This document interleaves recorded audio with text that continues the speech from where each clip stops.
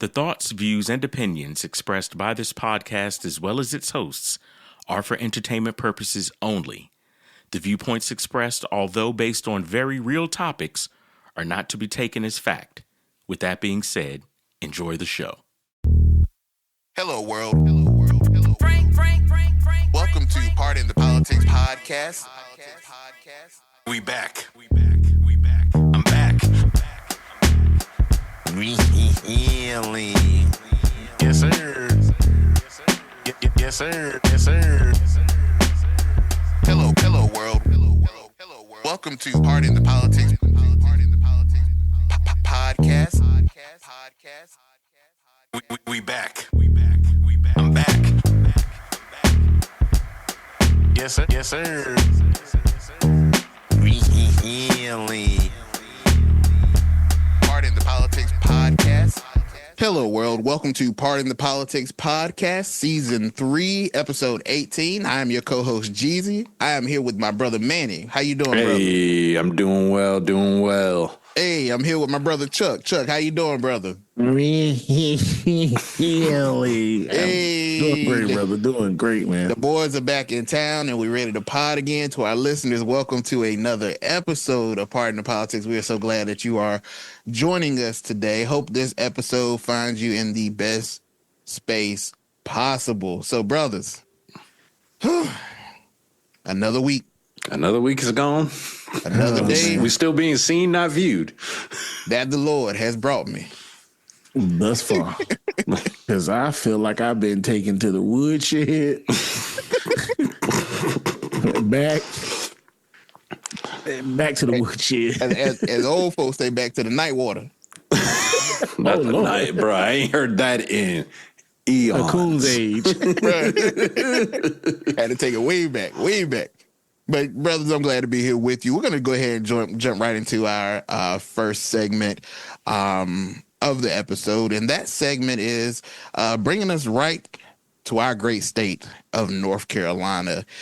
This is for our North Carolina teachers. And something took place this past week. But first, before I get into it, I want to say shout out to our educators.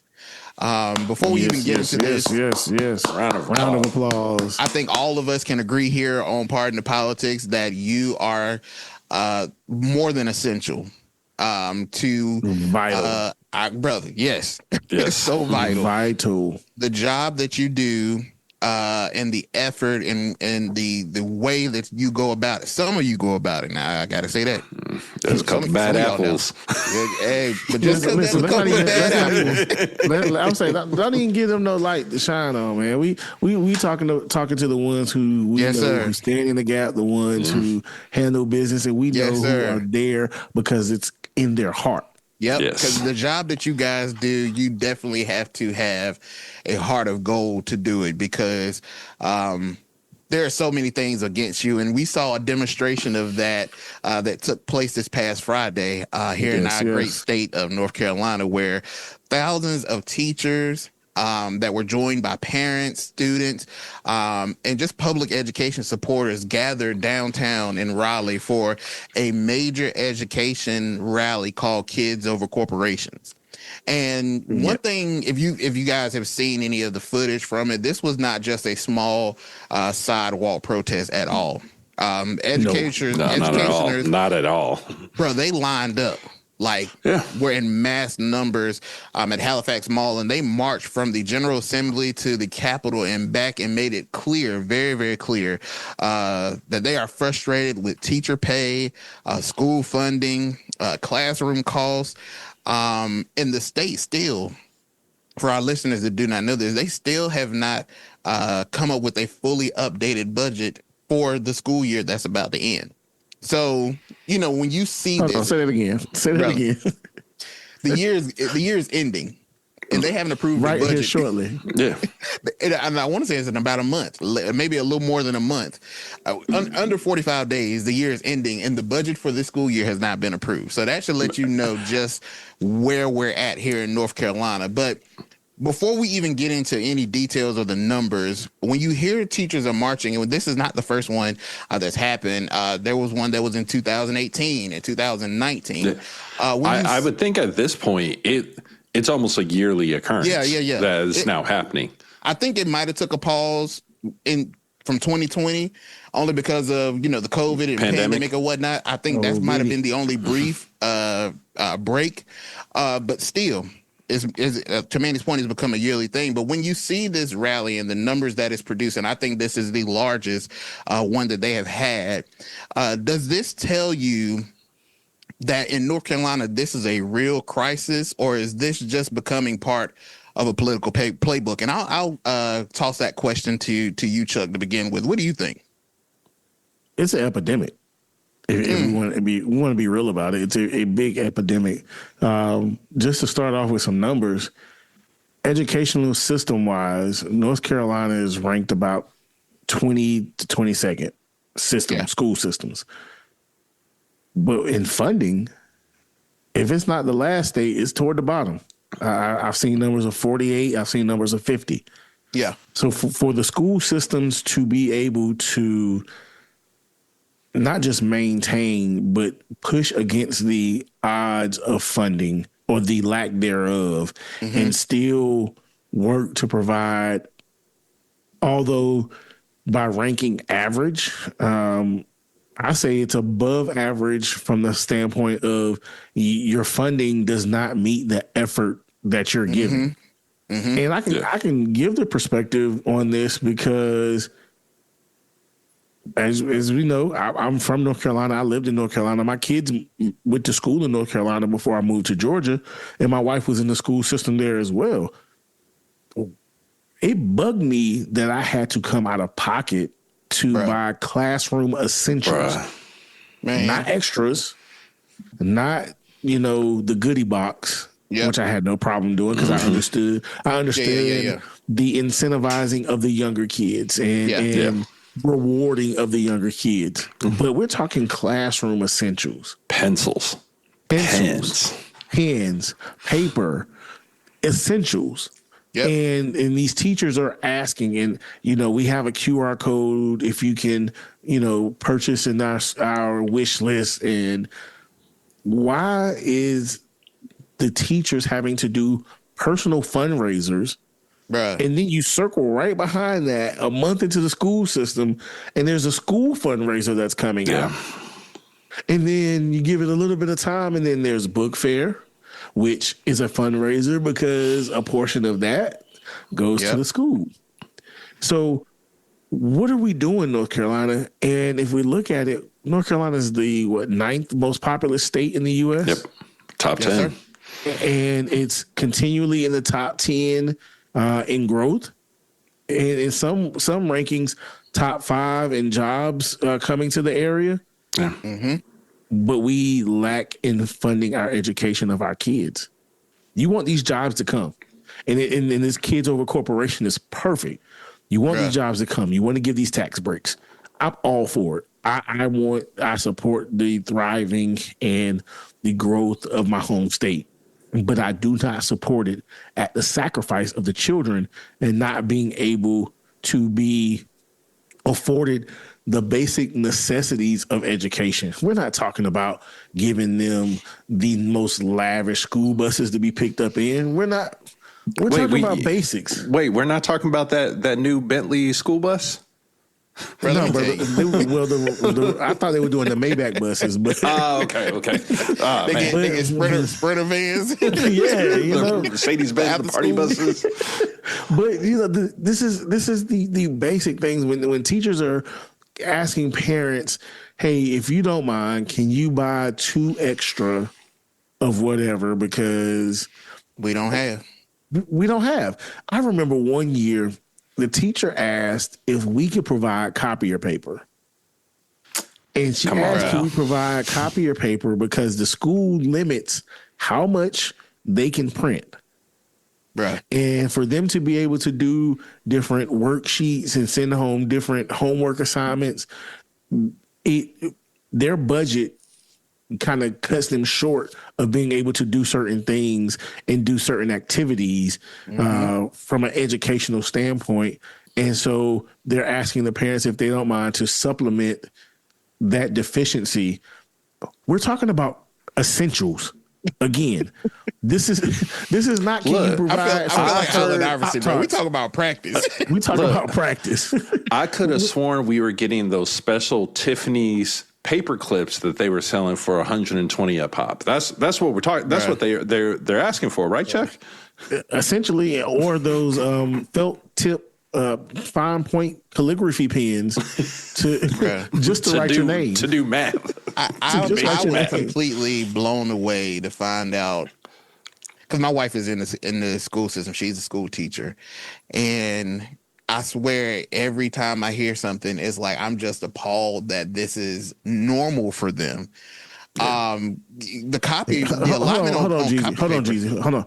You just said a mouthful. Mm-hmm. This is normal for them. Oh, and that's sad. It is. And it's sad. So when you think about it, because I'm like, you have a allotment on paper? Like, granted, it ain't like you out here running a side business and you using the school copier. Exactly. You're trying to teach, and you're telling me that I have to operate within an allotment of how do you even set an allotment on how much I need? Like, what Trump math? Part of it is they have. Well, I don't know the formula, and I got you, Manny. Part of it is, the printer has the code where you have to put your personalized code in, and it keeps track of how much you've printed or whatever. Yeah, it's nasty work. So y'all remember, and to our listeners, we're not new to talking about this problem and trying to be involved. So what was it, 2018 when Black Panther came out? We did an entire theater buyout. Oh yeah, talk our talk, man. Shout out to we for both of the Black Panther movies, we have done theater buyouts where it was completely free to come see Black Panther. We paid for it, but all you had to do was bring school supplies for teachers. We worked with some local teachers. It got like, hey, what are the things that you need? We got so many supplies where I know we hit schools in Fayetteville you took some back down to Fayetteville. Jeez, I know you took some stuff back to Greenville. We dropped stuff here in Raleigh. I just remember the thankfulness of the teachers when we brought that stuff. And then when we ran it back for the second Black Panther, and to also know that the public knows, because as we were doing the second one, people were asking, what's going on here? What's going on with all these boxes? There were people seeing that we were doing these movie showings saying, oh, well, I'm going to another movie, but there's a Target right across the street. We're going across, buying stuff from Target and just leaving it with us. Just dropping it off. Just dropping it off. So this is not a new problem. And then we also did another one. And I think this gets to the per pupil funding for when Lion King came out. Yeah. It was $10. Yep. And we took every single cent and some additional dollars that we had donated from us. And we went to a local school here in Raleigh and paid off the lunch debt for all the students. And then created another account where if kids needed to have lunch, that they weren't having to go into debt, that they weren't getting, because it was rumored that kids were getting like notes pinned to them and sent home saying, hey, you owe us $3 for lunch. Nah, don't do that. Go ahead and hit this account. Yep. So this is, to your point, this has been a consistent pressure on our education system for years now. For years. And at some point, we have to decide if we're really actually going to take care of the problem. But I think the issue here is that it is not starting to hit home to a bottom line yet. Because I think when you talk to people from other states, I think North Carolina is weird because on one hand, we have a horrible, public education system. But when you start talking about our colleges, everyone loves to talk about UNC, Duke, which is a private university, NC State, ECU. We have 16 public universities, not even including the private schools in the area. So in a state that is as big as it is, that has so much growth coming, it's pretty bad that this is all that is struggling at like it is. Man, I can't let you talk about all the other schools and we not mention our HBCUs now. You're right. Not saying purposely. Elizabeth City, but not just that. To the impact of the colleges. Absolutely. It aligns with what you're saying. Yeah, North Carolina A&T, not NCAT. These kids nowadays are calling it NCAT. I have never heard that. Disrespectful. Disrespectful, bro. I rebuke that in the name of Jesus. But North Carolina A&T is the largest HBCU in the U.S. Beautiful campus. Has grown tremendously. North Carolina Central, one of the top and revered law schools in the country. You have your Winston-Salem State. We have 10 to 12 HBCUs in the state of North Carolina, ranking of the top 2 or second highest in the entire country. To Manny's point, the robust nature of our post-secondary education in the state does not match the lackluster primary education that is going on in the state. Okay, I'm sorry, bro. You were spot on. It's a wild disconnect. And the fact that it's still going down. Yep. Like at one point, I would say we were in the mid 30s. In terms of ranking, but to watch us continually decline while you have the growth that we have in this state. Right. In terms of teacher salary, we are 46. Georgia, Virginia, South Carolina, Tennessee, all sit above us. And not like barely above, comfortably. Yeah. Oh, listen, it's to the point, people have asked me, the question has diminished over the years, but people, when I first moved to Atlanta, people asked me, oh, you're ever going to come back to North Carolina? No. And part of the reason, not because I don't love my home state, but part of the reason is the amount of money my wife makes in the school system here versus what she would make going back to North Carolina. And pre-pod, I was telling the boys, she made almost $27,000 a year more. Hear me out. $27,000 a year for the same job, same credentials. She just moved from state to state.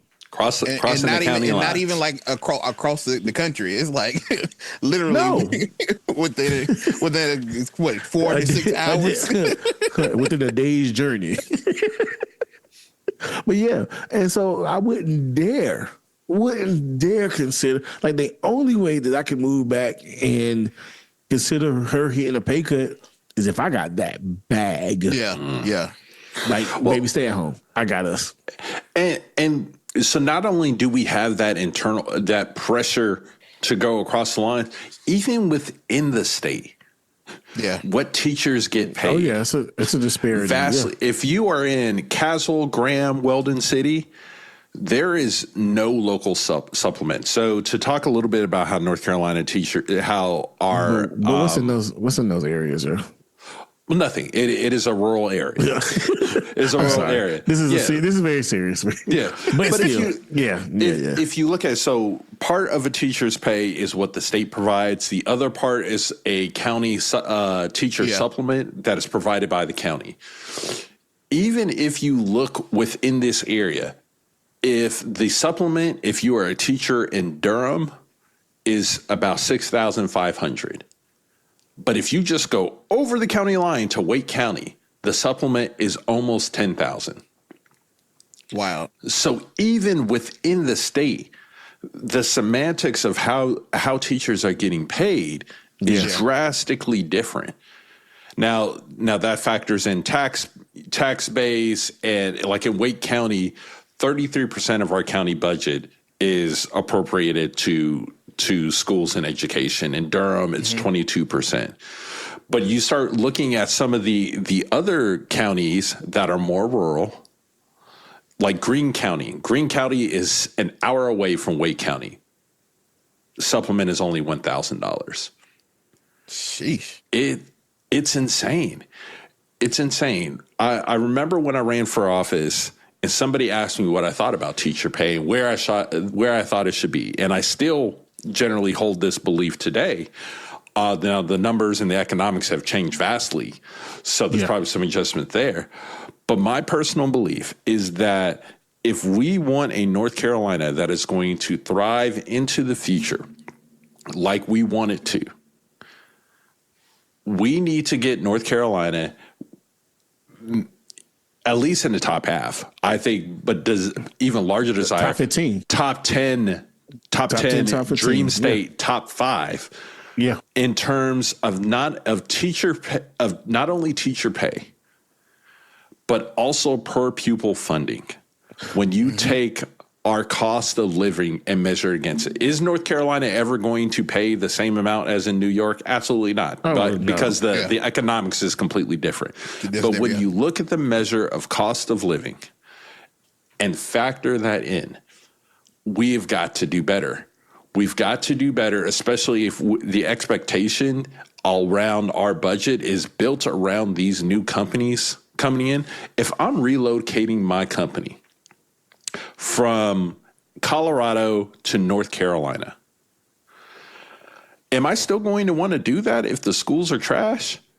And my employees, no. Am I going to want to move? But then that creates the new problem. So let's say the company does decide it wants to still move anyway.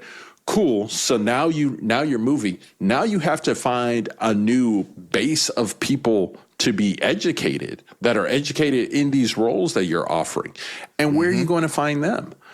Public education provides the bedrock of where the state's skills are. Yeah, for sure. Yeah. Well, and the less of an investment that you're making at that base level, the larger it hurts overarchingly.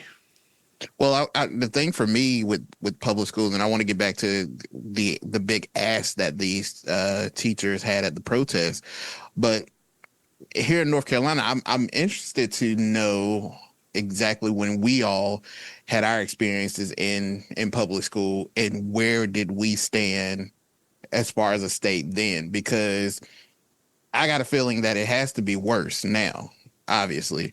But why is North Carolina treating our public schools like everybody that goes through the public school system either wants to be a sharecropper or a farmer? Like, where? That's a fantastic question. I think like what do you if you have all this growth coming, companies coming here investing in North Carolina, don't you want North Carolinians to be in those positions to get those jobs? To put back into our economy? Like, am I missing something here? I think that is one of the many reasons why North Carolina is weird, because a key thing that I say fairly frequently, and the numbers support it, is that if you look across the nation, North Carolina is a urban state, but of all the urban states, we are the most rural. Yeah. So you get this weird, tug and pull of like, oh, am I focusing on agriculture, or are we focusing on tech or financing or manufacturing? So I think North Carolina also has to decide what it wants to be when it grows up. What is our identity? Right. Yeah. I was going to say, I tried to pull some numbers real quick to give an idea. And I did a generalized 1995 because I knew it. If I do 1995, all three of us were in school at that period of time. Yeah. And it's not giving me an exact ranking or anything.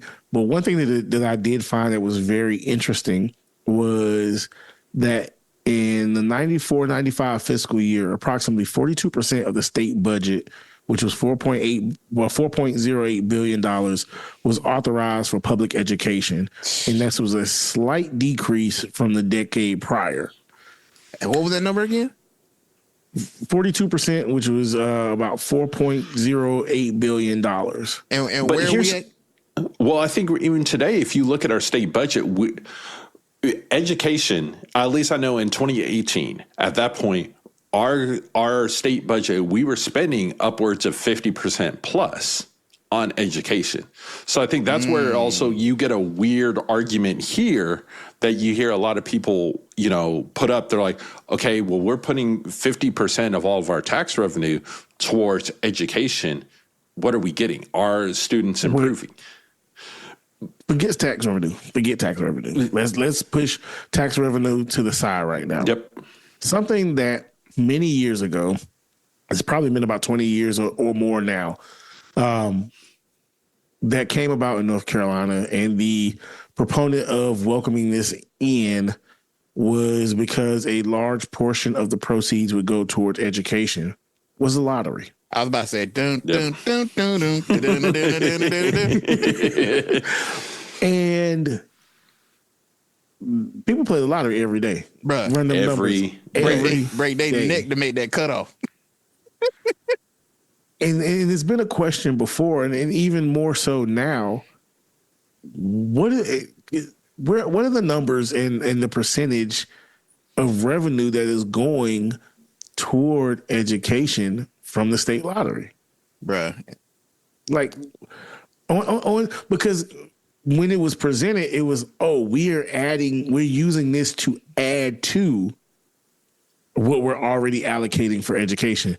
But as time went on, it was more cuts, more cuts, more reduction. It's on the lottery, like books and cards. It literally says North Carolina Education Lottery. Yeah. Well, let's also be honest about this for a second, and it's going to be worth its own entire subject. A lottery is a tax on the poor. So, without question. But what I'm saying is, y'all sold this, as a boost to education. Yep. I've seen education go down for funding wise ever since. So North Carolina average teacher salary in the school year 2017-2018 was around 50,000. This year last year, the average salary was about 60K. So in a little under 10 year, almost averaging probably like 1,000 or so a year. But you know what's gone up way more than that raise? Inflation. Everything. Mm-hmm. Everything. But I paid, hold on, Manny, real quick. I paid $50 to fill my car up. Bruh. 12 and a half, 13 gallons. $50 the other day. And I wanted to commit a violent act against somebody. I went to the gas station to go fill my wife's car up. I went in. I started the pump. And I have the fuel reward, so I got an extra 5 cents off on my gallon of my gas too. I don't play about my rewards. That's how I know that I'm getting up in age. That fuel rewards and my cell phone service provider gives us an additional bump every week. Oh, listen, I don't play about that. I'm gonna put my code in and look. If I can't get my code in, I'm leaving and going to the gas station that I can. I'm going somewhere where I'm appreciated. But I went. I started the pump. Went in, took care of what I had to take care of in the gas station, came back out, the pump was still going. I'm like, wait a minute now. I looked at that at that $578,000. Bruh, I'm at $58 and some change. It ended up being 61. That I rode all the way back home. No radio, no sound, no nothing. Bruh. Just pissed. Pissed. So the one point I do want to hit back on is a lot of the people who are arguing about, are we seeing results? Y'all are complaining to us about the electricity not working when the house is on fire. Yes. I don't care that my lights aren't coming on right now. The house is on fire. If y'all don't call the fire department, gonna have a house. Right. Ain't gonna have a house for electricity. Right. The light from the fire is guiding my way out of here. Right. What I need lights for? Man, it's going back to bring this back to the protest, because I want to talk about what is it that the teachers are actually asking for. For our listeners, the rally was organized by the North Carolina Association for Educators, and they had a pretty clear message. And this was some of the big asks that they had in this. It was a 25% raise across the board for public school employees. So it didn't include teachers only. It was other school workers too, which are vital and essential to the day-to-day quality of education that our kids do get. They were asking for a goal of $20,000 in spending per student by 2030. So right now, it's reported that North Carolina spends about $13,640 per student, which ranks them 39th nationally, which is less, I might add, than nearby states like South Carolina, Georgia, or Virginia. There was a pushback against corporate tax cuts and expanded public school vouchers, which is why the rally was obviously called Kids Over Corporation. It was not just about salaries, about whether North Carolina budget priorities are going towards public schools or they're going elsewhere, which I think we've hit on that. So, the message Kids Over Corporation, is it an effective message or is it oversimplifying something that's complicated when you think about the budget? Well, I think first we had to have a budget for it to be complicated. So we ain't had a budget. Maybe that's why we can't get one. It's too complicated to figure out. But I want to circle back to the 20,000. Yeah. 20,000 per pupil spending would essentially put us close to the top 10. Which would match our population. Yeah. So just get to the national average of 17. Bruh. Right. Yes. Yes. Oh, I'm sorry, man. He was making a great point. Yeah, no. I mean, that's the point. To what you were saying, if we top 10 matches our growth, it matches the amount of jobs coming, it matches us in the different publications that says top 10 places to move to and live in the U.S. But you're $5,000 to $6,000 below the average of per pupil funding. It don't make sense. I'm sorry. Go ahead, man. I don't forgot my point, but the point was made. It makes my blood boil because one, we all have kids that are in the system. Yeah. Two, we are all products of public education. Three, if you went to a state-funded college. And I got a little bit of both. I got a little bit of both in my background. What does your degree say? It does say East Carolina University, which is a public university system. It is. Manny trying to say he ain't never had none of that square pizza when he was doing it. Well, that's part of his problem now. Yep. Nah, bro. We were proper people when that was a decent lunch, bro. Yes, sir. Yeah, square pizza with the not the pepperoni, the sausage on it. The sausage. Yep. Some nice round sausage. Yes, sir. Or we also had in Colorado we had the square pepperonis. Yes, the cubed pepperoni. Yeah. Sorry, yeah. Yeah. Okay, yes. I'm about to say square pepperonis.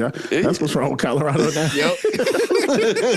Cube pepperonis. Yes. Make sure we were talking about the same type of pizza. Miss Lisa's pizza.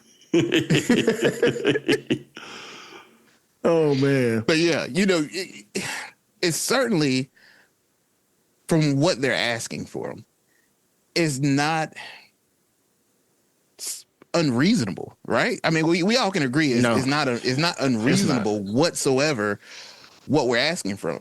Even with the teachers and to our listeners and to Manny's point that he made and giving you our support, we definitely speak not just of a product of public school and having our children or families that were in that system, but we just deeply care about it because it's a major deal. Chuck already said it's an epidemic.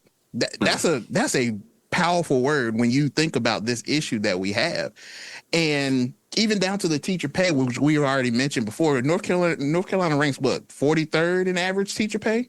46. 46 in teacher pay.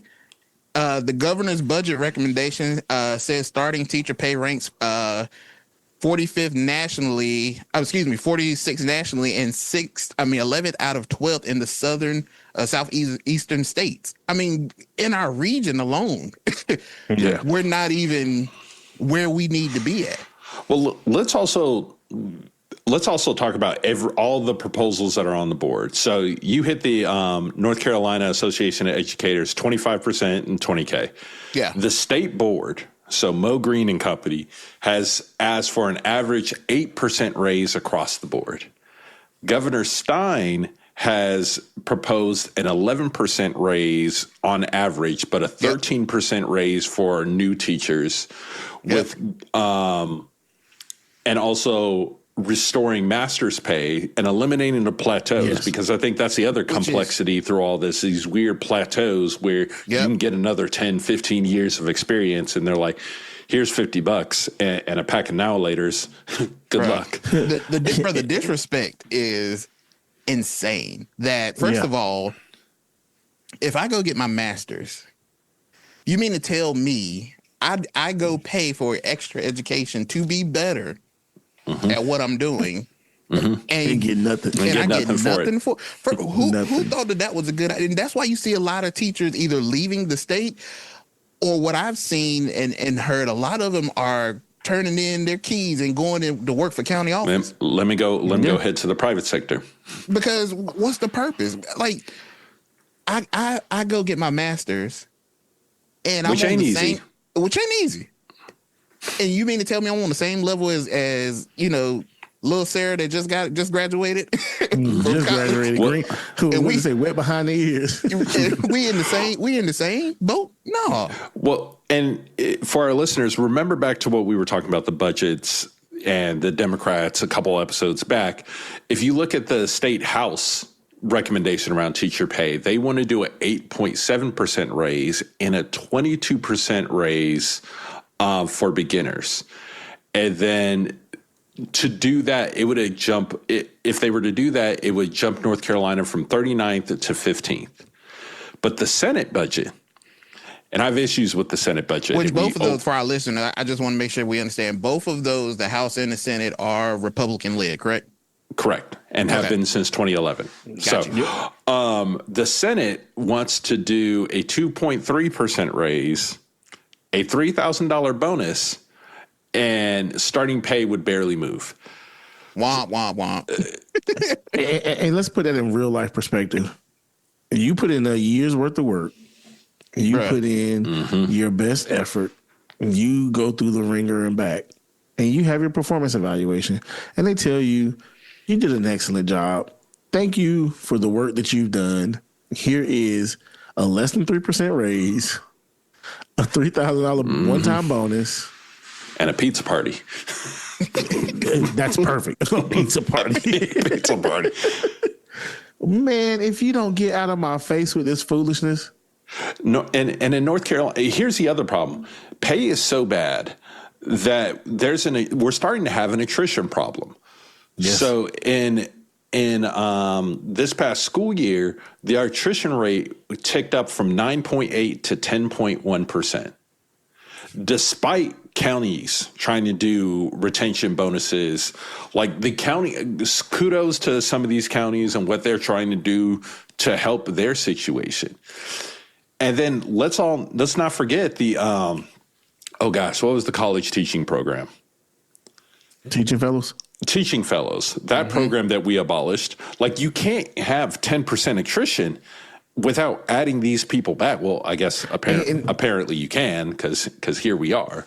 And that's what's crazy. That's what's crazy, because Teaching Fellows was amazing, because to give context to those who don't know, it paid for you to go to school to become a teacher, and you must agree to a certain percentage of time to work in the school system in the state, or if you leave, you got to pay it back. Yep.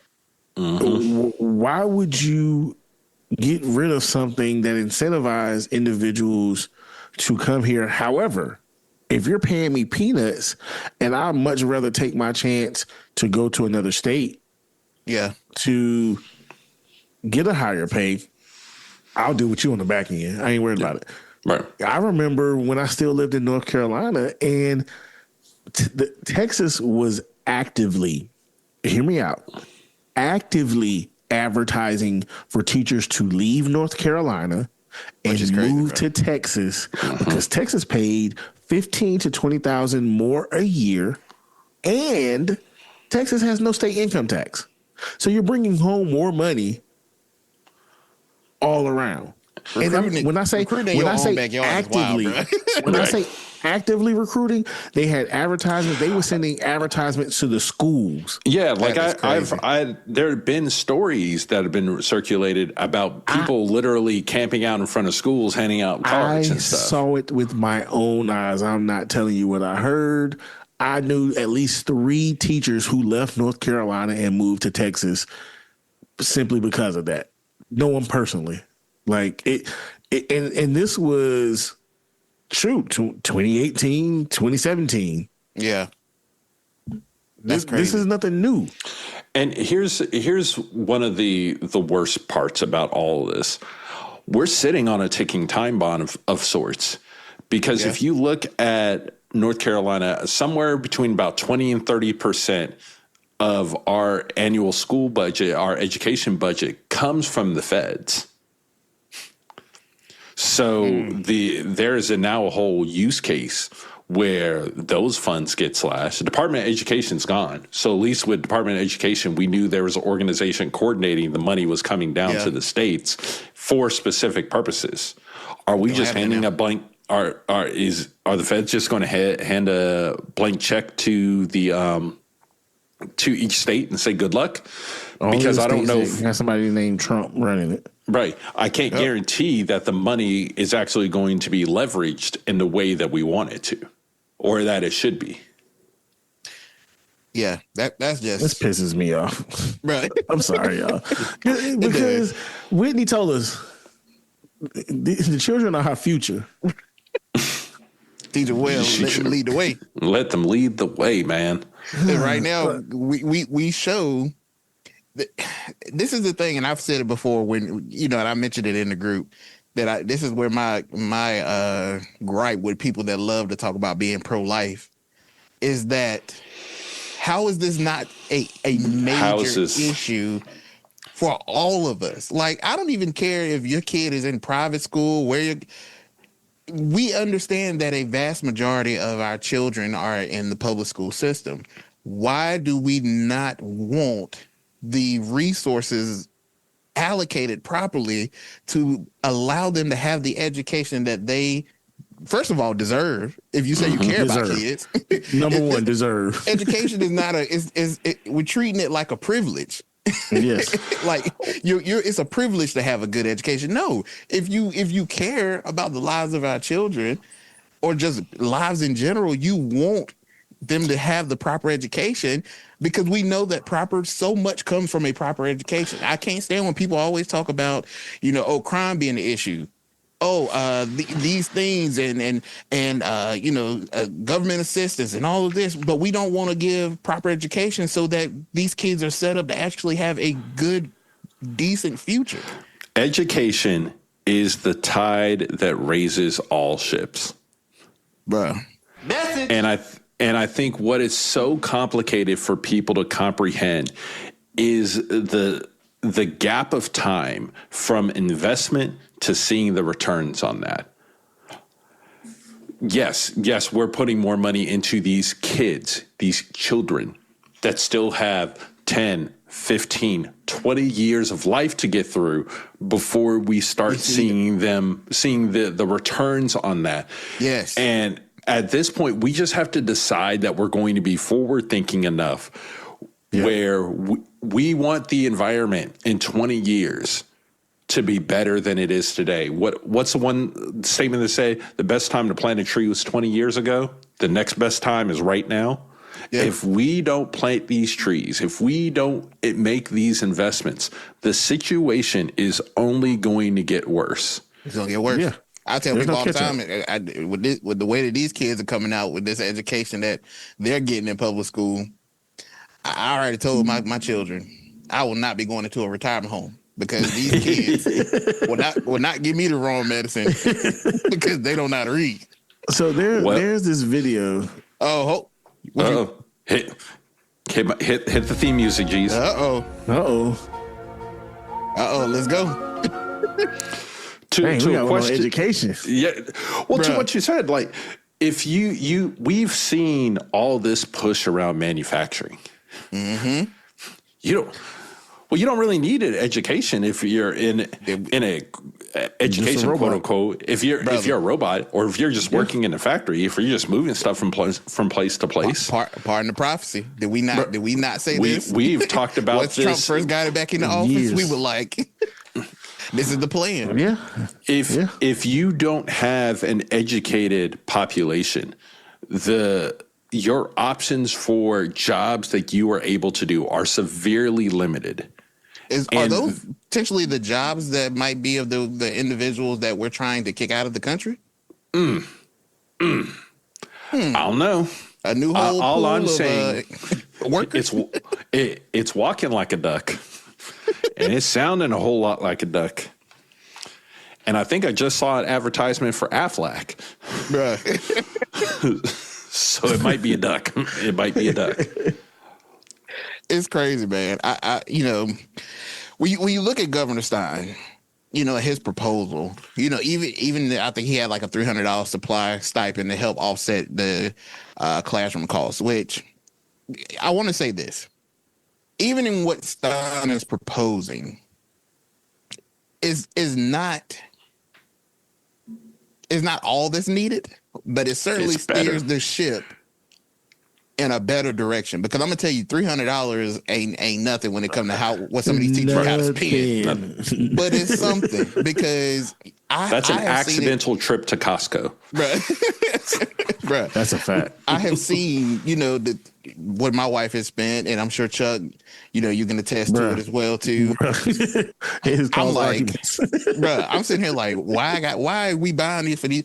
Oh, because I need this for this. There's no stipend there, nothing, absolutely nothing. So at least Stein is doing something. But when you have the Senate and House-led Republicans pushing back slightly on this, the argument seems to come from we're more focused on where the input of money rather than the output. How do you guys feel about that argument? Is when you have Berger right now saying that we're focusing way too much on how much money is spent and not enough on the results, is this just a way of avoiding putting more money in the classrooms? Because I gotta feel like, how can you focus on the output if the input isn't proper? It's back to, like I said before, I don't care that my lights aren't working if my house is on fire. Yes. Now, I don't want to write off what he said, how we're spending the money, where we're making the investments.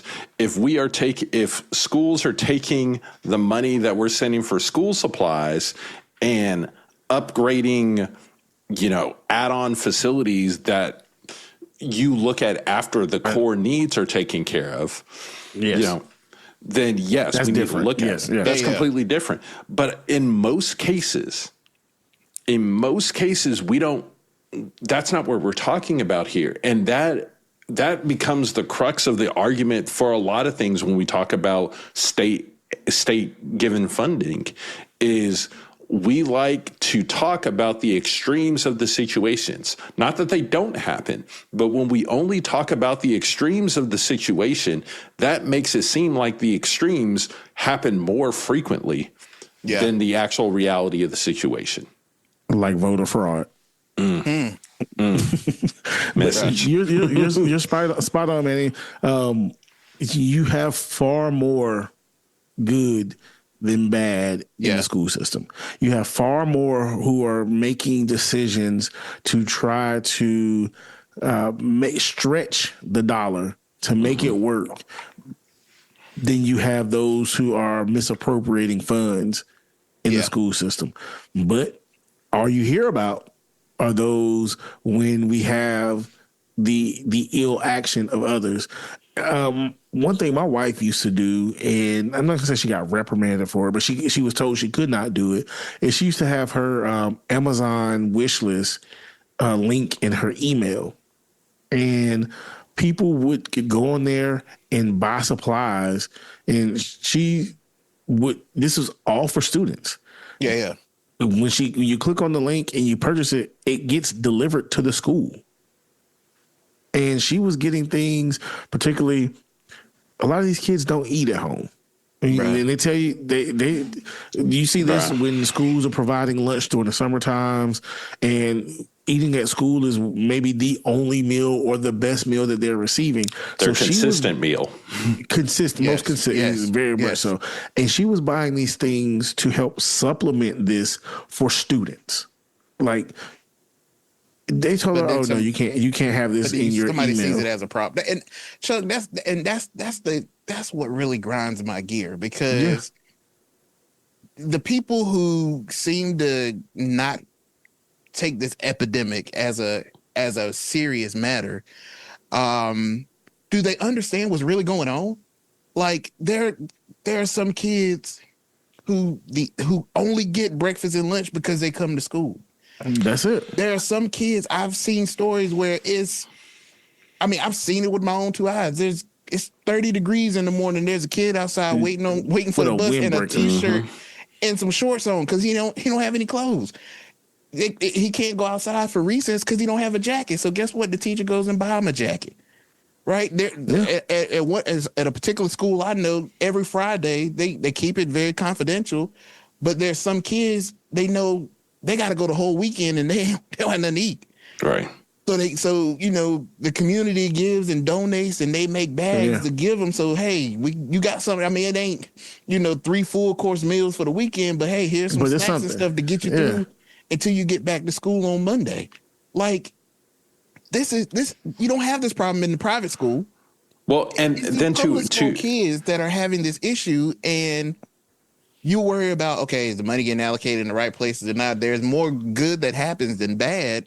And we're gutting some of these things at the expense of who? Our children. To that point, G, if I haven't eaten all weekend and then I come to school, and as soon as I get into school, I got to take a test. Bruh. I know me as a grown ass man. Right around 11:45. Oh, we need to be wrapping this meeting up. It's time to eat. That meeting lasts a little too long, and I done got hungry. Hey, bro, y'all need to wrap this up. The looks I will shoot somebody in the middle of a meeting that now hits 12:01. Hey, bro. And your style of your response changes drastically. drastically. Attitude, everything, bro. You're talking about kids who are hungry coming in and taking a test and using that test to judge. Not saying that testing isn't a way that we should measure performance. I'm not saying that, but we have to keep in mind everything that is linked with it, all the factors that go into it. But they're using it as that, though. They're using it as that. But again, they deem the kid as, they place him in a certain, tier because of his scores, not realizing this child barely eats. How can I sit here and remember and recall what you told me when my stomach is hurt, my sides are hurt, I'm hungry. My stomach doing a whole 8 a new step show. as I'm trying to get through section 3 of this reading comprehension test. Bro, it's sad, man. And even to make matters worse, when, talking about what Berger spoke of and his stance with the House and the Senate, you look at what happened with the education funding case with the Leandro case. Yeah. They threw out North Carolina Supreme Court threw out the long-running Leandro education funding case. For our listeners that don't know, this case goes back to 1994 and was centered on whether North Carolina is meeting its constitutional obligation to provide students with the opportunity of a sound basic education. The court's new ruling means that judges are less likely to force the legislature to spend significant amounts putting the power back in lawmakers' hands. So the court is like, all right, well, that case is done. So when you look at that happening, you throw that on top of these demands that these teachers are asking for. Without the court forcing action, do voters even have enough power to make education funding a top issue in North Carolina when this has been thrown out? Life, liberty, and the pursuit of happiness. We forget that last. That's what they tell us. I don't think they know what the last part is. That's what they tell us. No Will Smith. No. But that's what they tell us. And as stated prior, the bedrock of this, that pursuit, to be able to fund your life, to be able to afford your life, to be able to be a contributing citizen of society. Bruh. The bedrock of that is base. We're not talking elite status, y'all. Bro, we talking Like, about we're not talking basic, AP. We're not talking IB. We're not talking honors. We're talking the basics. Basic, bro. Reading, writing, and arithmetic. But here's the one thing I do want to call out, and that is not only the resilience of North Carolina teachers, but also students. Because in 24-25, round of applause, for sure. Right. North Carolina hit the highest graduation rate in state history. Way to turn limits. Oh, dope. I didn't even know that. That's dope. We had record performance on AP tests, record college level coursework completion, all delivered by teachers who are having to drive Uber and work second jobs on the weekends.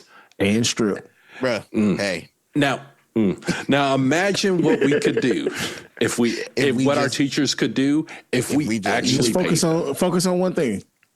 Bruh. Just focus on if I make enough money to live and survive, and I focus on that. And it's not completely a lack of, it's not a lot, and funds is part of it. It's not completely a lack of funds, because right now I think North Carolina is looking at just a little bit over $900 million surplus this year. So we have extra funds, we can allocate that. But you start thinking about how that's intertwined with how North Carolina wants to cut corporate tax down to zero by 2030. You start wanting to look at how they want to cut income tax, especially the Senate, cut income tax down to nothing. Like, we can't keep... in this recent push, and not just North Carolina, but many states, to either freeze, eliminate, or pause property tax. Like, we're not lacking the desire. We're lacking the willpower. Actually, some people are lacking the desire, but it's definitely the willpower. Agreed. And one thing that I know Manny and I have conversed about and agree on is the level of taxation. Some of this taxing is ridiculous. And actually, if you want to go to the foundation of it, it's not supposed to be around still. If we're being honest, if we're being real about it, it's not supposed to be around. But to Manny's point of having a surplus and having the willpower, how are you allocating the funds appropriately? Or is the money being best used in the most beneficial fashion and capacity?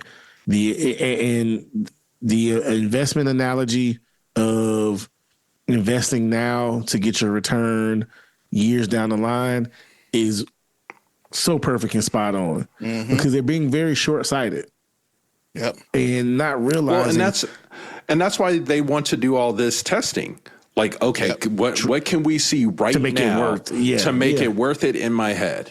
And that's not how it works. I don't know who is for that or thinks that it works, but I want to tell you on the ground, come to some of these schools and look, it don't work. It don't work like that. You can't test the kids to death.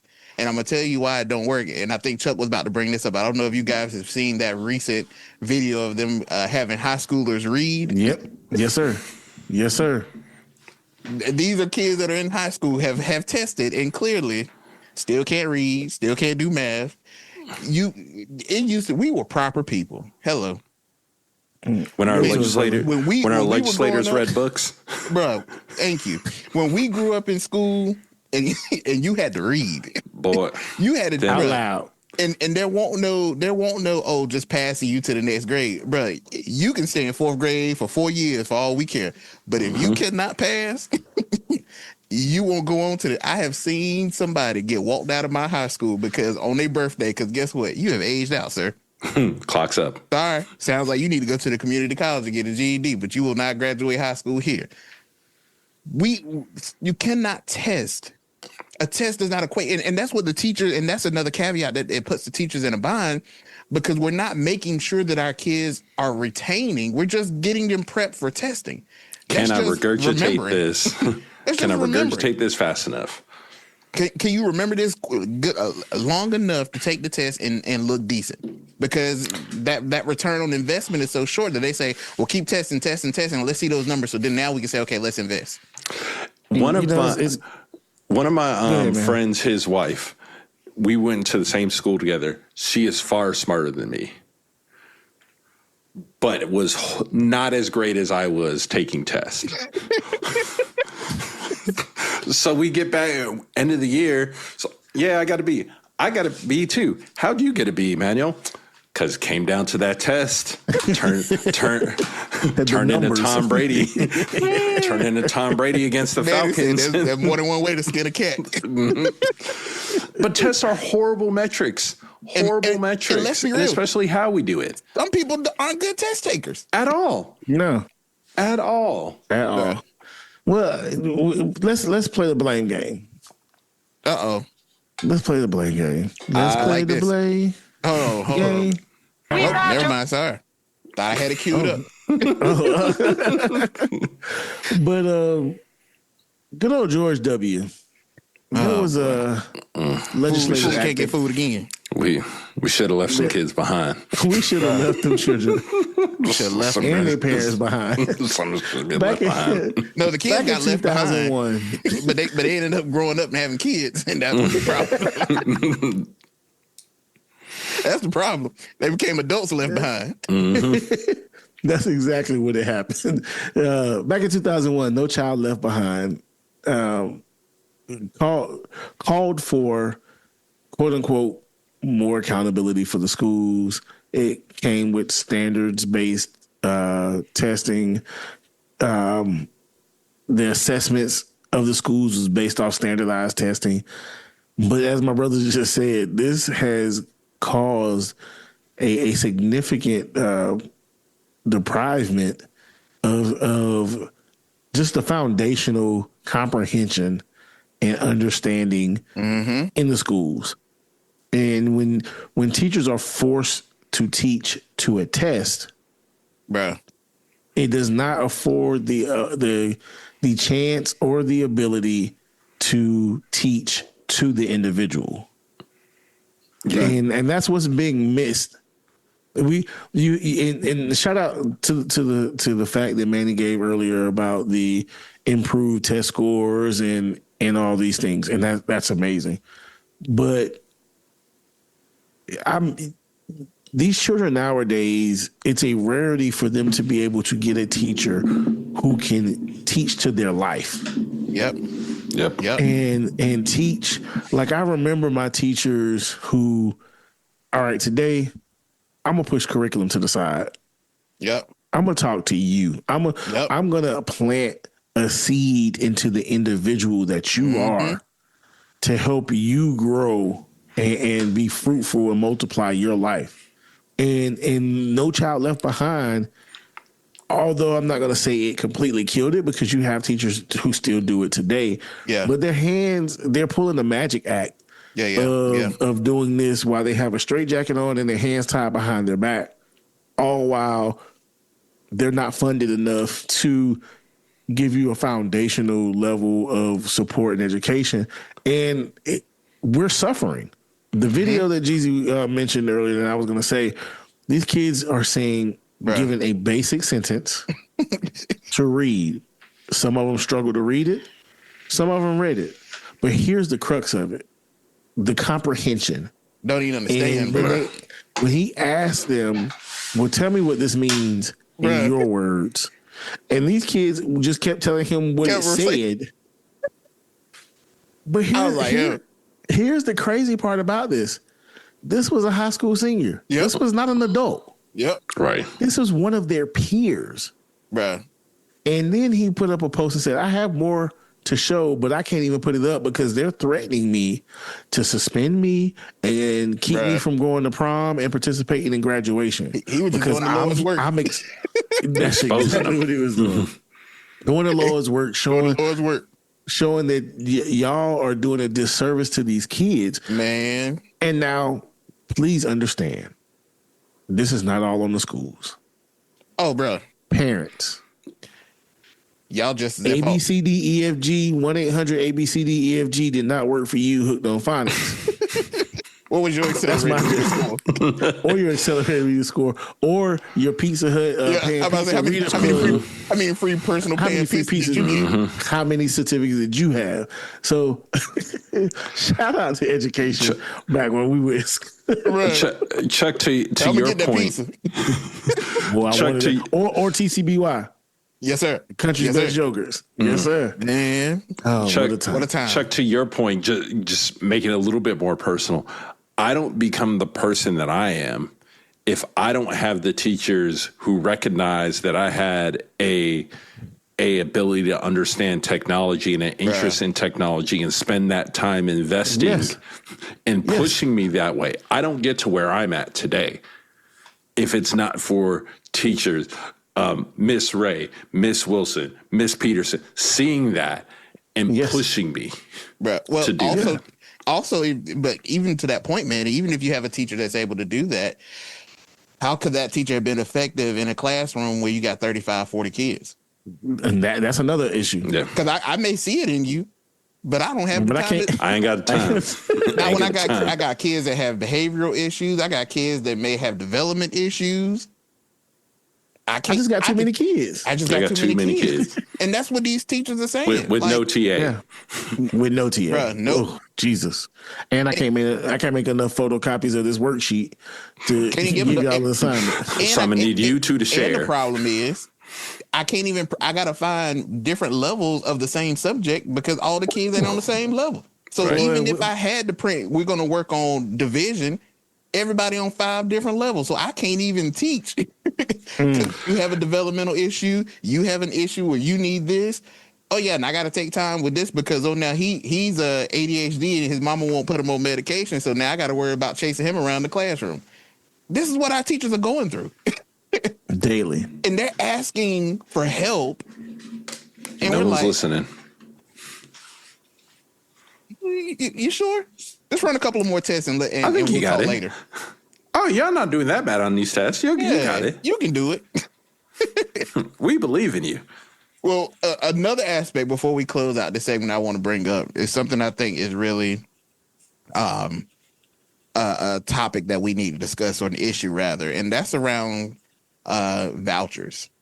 So supporters of school choice argue that families should not be trapped in schools that do not work for them. But critics argue that the state is expanding private school vouchers while the public schools still serve the overwhelming majority of students and are struggling with staffing, with supplies, and with facilities as well, too.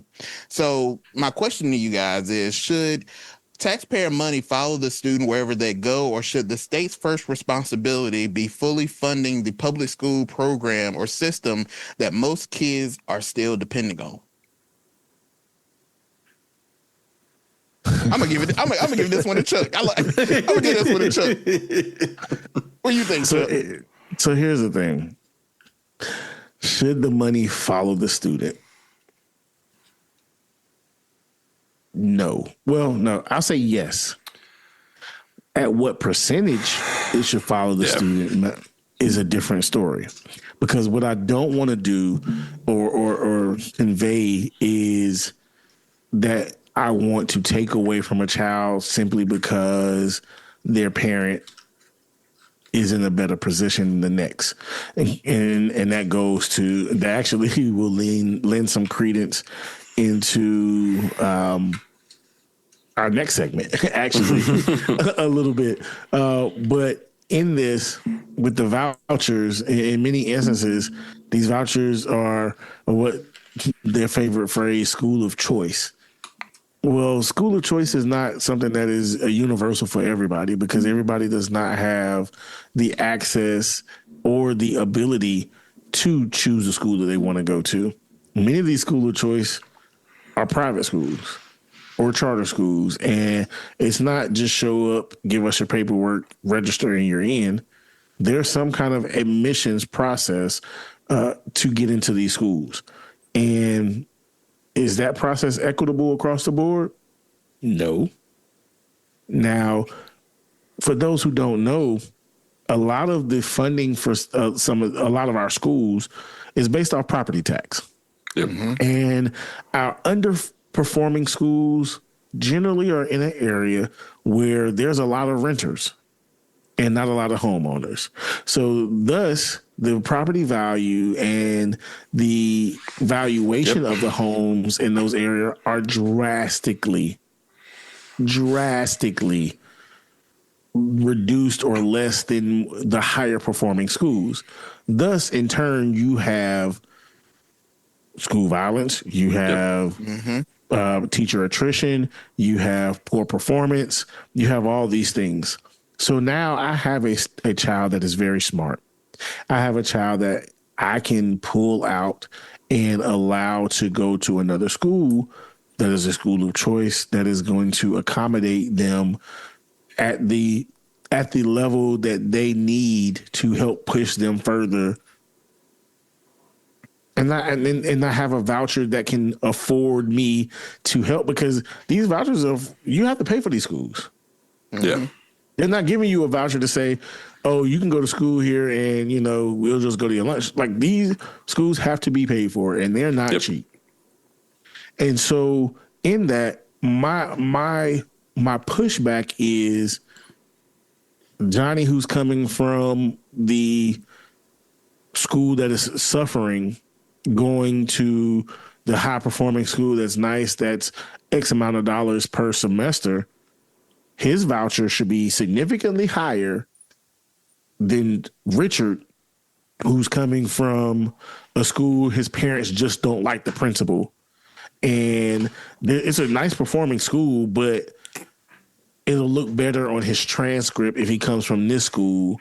And I can get him in here and I can afford to pay for it. But North Carolina's giving money across the board to all of our students. So Richard is getting the same amount as Johnny. Why? It doesn't make sense. Should Richard get some money? Sure, he's a North Carolina student by all means. But there should be a proportional difference between those. So it's funny because Manny and I had gone, not going back and forth, but had some discussions before.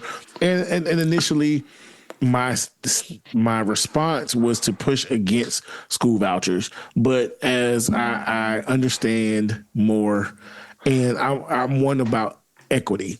It's not equality. Equality is a farce to me, because we don't start on the same plane. We don't all have the same abilities or skills. So we're not equal. We're not going to be, We're not going to be equal. But what we can be is equitable, giving everybody a balanced approach and opportunity to succeed and excel. And that's where this comes from in equity. So go ahead, man. No, I think everything you said was spot on.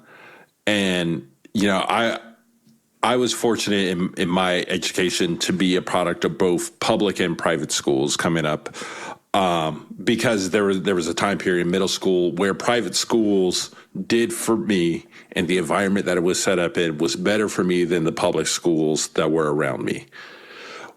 If you look at North Carolina, the Opportunity Scholarship is set up and it's scaled. I think the issue around it, especially recently, is when they lifted the cap on income so that anyone can get it. And the numbers, and I'm not sure the exact numbers, but I think 18% of voucher recipients come from families that make almost $260,000 a year, with half coming from families that make over 115. That's not a program about, serving the less needy, serving impoverished communities. That's an extended benefit. And Chuck, to your point, people being able to double dip here, to be able to have the value in their houses that are also driven because of the schools that someone living in that house is able to do. And then on top of that, to get additional funding to send your child elsewhere when you likely could afford to do it anyways. That's where I think there's an issue. And the write-off in your taxes for what mortgage you attribute towards interest, mortgage, depreciation, education contribution, all the above. Yeah. So I think that's the problem. Going back to your original question, I think we do have an issue where we're not funding the minimum here. We have to. We have to, especially now. And I get there are schools that are trash. I think about the convenience. Wake County has a very interesting busing strategy. And I was telling the guys before that, where I live, there are literally 2 elementary schools that one is within walking distance of me and another one that's closer. Well, the school that my children have been assigned to is like a 15, 20-minute drive. So it doesn't rash. I'm like, that's crazy that the busing is set up like this. So I understand the part about school choice, but a lot of this is taking away from the greater good. I think at minimum, we should probably be thinking about as a state whether we need to come back in and go ahead and capping the income. Because like I said before, while I see it's like a situation with 2 houses right next to each other. One house is clearly on fire, and the other one is starting to heat up, but we got to take care of the one that's on fire. We have to take care of the one that's on fire before it spreads, because it's obviously we're in an education drought of funding. So we got to take care of what's on fire. Well, I will ask you both this to close out this segment. If you were sitting in the General Assembly, what would be your first move on this issue? Would you raise teacher pay? Would you increase per student funding? Would you cut back on vouchers? Or demand performance reforms before adding more money? Oh, I'll give you my exact rundown. There you go. I would cut back on vouchers, reallocate funds to make sure the teachers are paid. Thus, after making sure they're paid, increase the per pupil funding that gets everybody. Is it going to get everybody where they are on cloud 9? No, not in one fell swoop. But it's a progression toward that. That's how I would do it. Okay. Manny? I think for me, we have enough funds to very quickly try to address teacher pay. And to get it fully where it needs to be, absolutely not. I think that's going to take a little bit of time, but I think we can do something in the immediate to address teacher pay. Okay. I think there are also additional ways we can address the per pupil spending by leveraging private-public partnerships. We have all these companies coming into North Carolina. We can leverage some of this to increase our per pupil spending at the same time. Then I would look at testing data. Then I would look at vouchers. I would touch vouchers last. Well, I would touch vouchers last in a large systematic view of how we deal with that. Because Chuck, it's a point that we talked about pre-pod, but I'm going to echo the point out here out loud. How schools that are receiving voucher money are able to pick and choose needs to be looked at. Yeah. Because you can because I know the schools who receive funding, they're able to say they have a level of achievement, and you can do that by kind of being selective on who comes in. Some schools are worse off than others. And maybe cheated. Wait, what you mean I cheat? Because Jeezy gave us a rundown of how we would operate, and you threw in the surplus budget. That wasn't part of his question. You're right. You're right. I would address teacher pay. I would address per pupil funding. Then I would address testing, and then vouchers. Okay. Well, I think with the protest in Raleigh, it was not just teachers, all about teachers asking for a raise. I believe it was a warning flare for sure. Yeah. As we've stated, North Carolina is growing, but educators are asking whether the schools, the state school funding is growing with it, which we've already identified that is not. And Governor Stein wants to make a major investment that we've identified isn't going to get us 100% or cloud nine, as Chuck has stated, but it's a steer in the right direction. But we have Republican leadership saying raising, they're fine with raising, things, but they want to do it from a different approach. And I think that in all of this, teachers they're tired of waiting.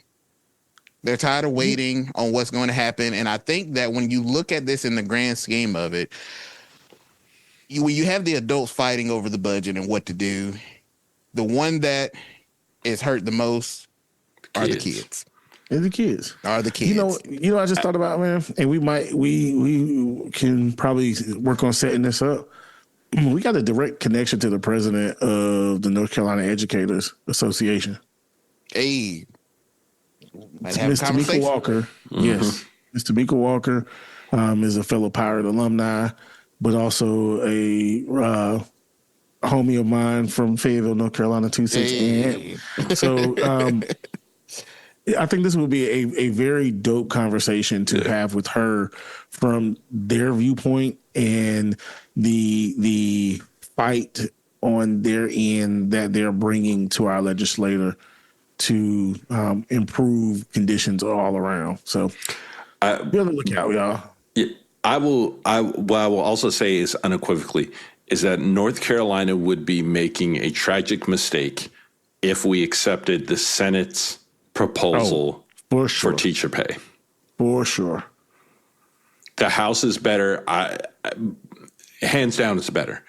Yeah. But if you had to pick one of the two, the House version is far better and far more future thinking, especially on this subject. Well, I hope that the right decisions are made, because I think we're definitely at a tipping point with our teachers. And if there is something not done about this, I can see this getting a lot worse before it gets better, because you have teachers that are within the school year walking out. I don't ever recall. That's crazy. When I was in school, seeing a teacher just like, she was here Friday, gone Monday. Well, unless it was a serious situation or something that happened, which that was far and few between. But you're having teachers legit like, yeah, I ain't coming back tomorrow. I can't do it. Well, in fourth grade, my class did run our teacher off, but she was.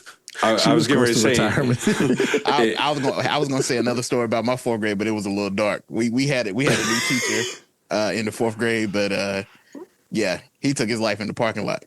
Whoa! I told you it was dark. Right. Next topic. Next topic. Dang! I tried to tell you it was. God, yeah. R.I.P. Mr. Allen, bro. He was a real one too, bro. He was one of my favorite teachers. At least mine went home. Yeah, well, mine did too. Nah, geez, you ain't even give us an opportunity to decide if we wanted to get dark. You're like, yeah, this gets a little dark. Hey, bro, I had some. This gets a little dark. Light switch. Like what? I said I was turning the light off. Oh bro. Boy! Bro, nah, you hit the fuse box. Yeah, I went outside, hit that fuse box. The main supply. Bro. Golly, man. R.I.P. to Miss Allen, bro. He was my favorite teacher too, bro. I would heard about that, but in the parking lot, bro, of the school, in his pickup truck. Yes, sir. He was a real one too, bro. Like when I tell you, bro, man, it's not. How do we even transition after that? Hey, bro. So on this week, the Supreme Court.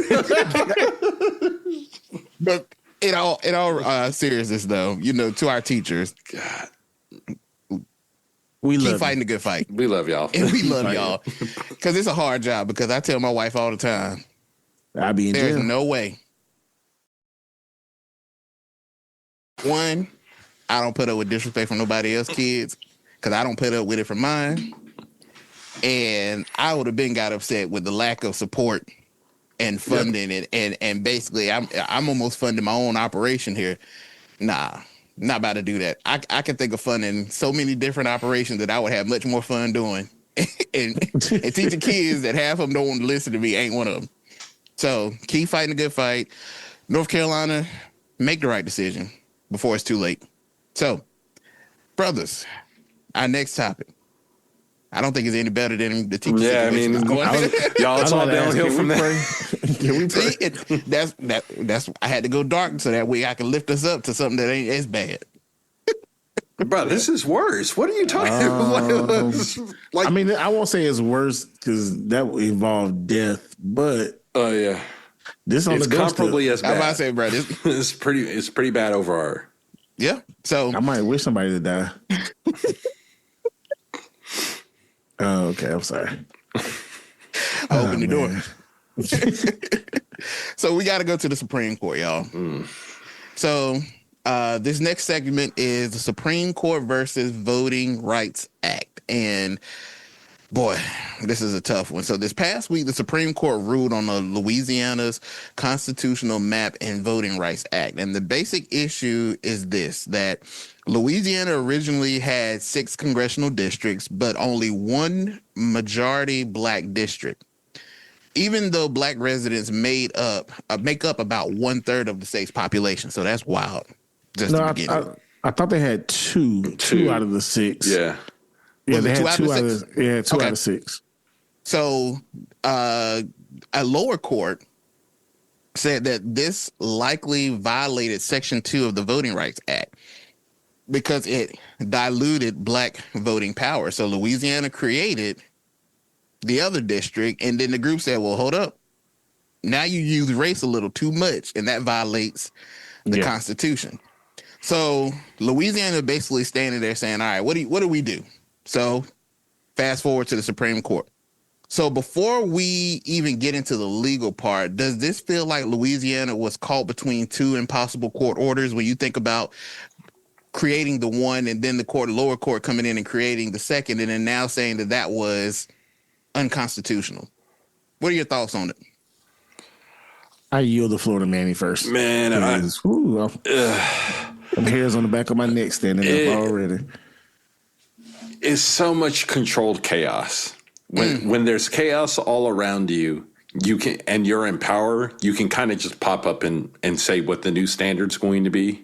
Yeah. And that's what's going to happen. I think a lot of that is what happened in Louisiana. This is not great. This is actually not great is probably the most optimistic way to talk about this. But Section 2 was really focused on how districts were drawn around race and using race to kind of, accept and reject voting lines.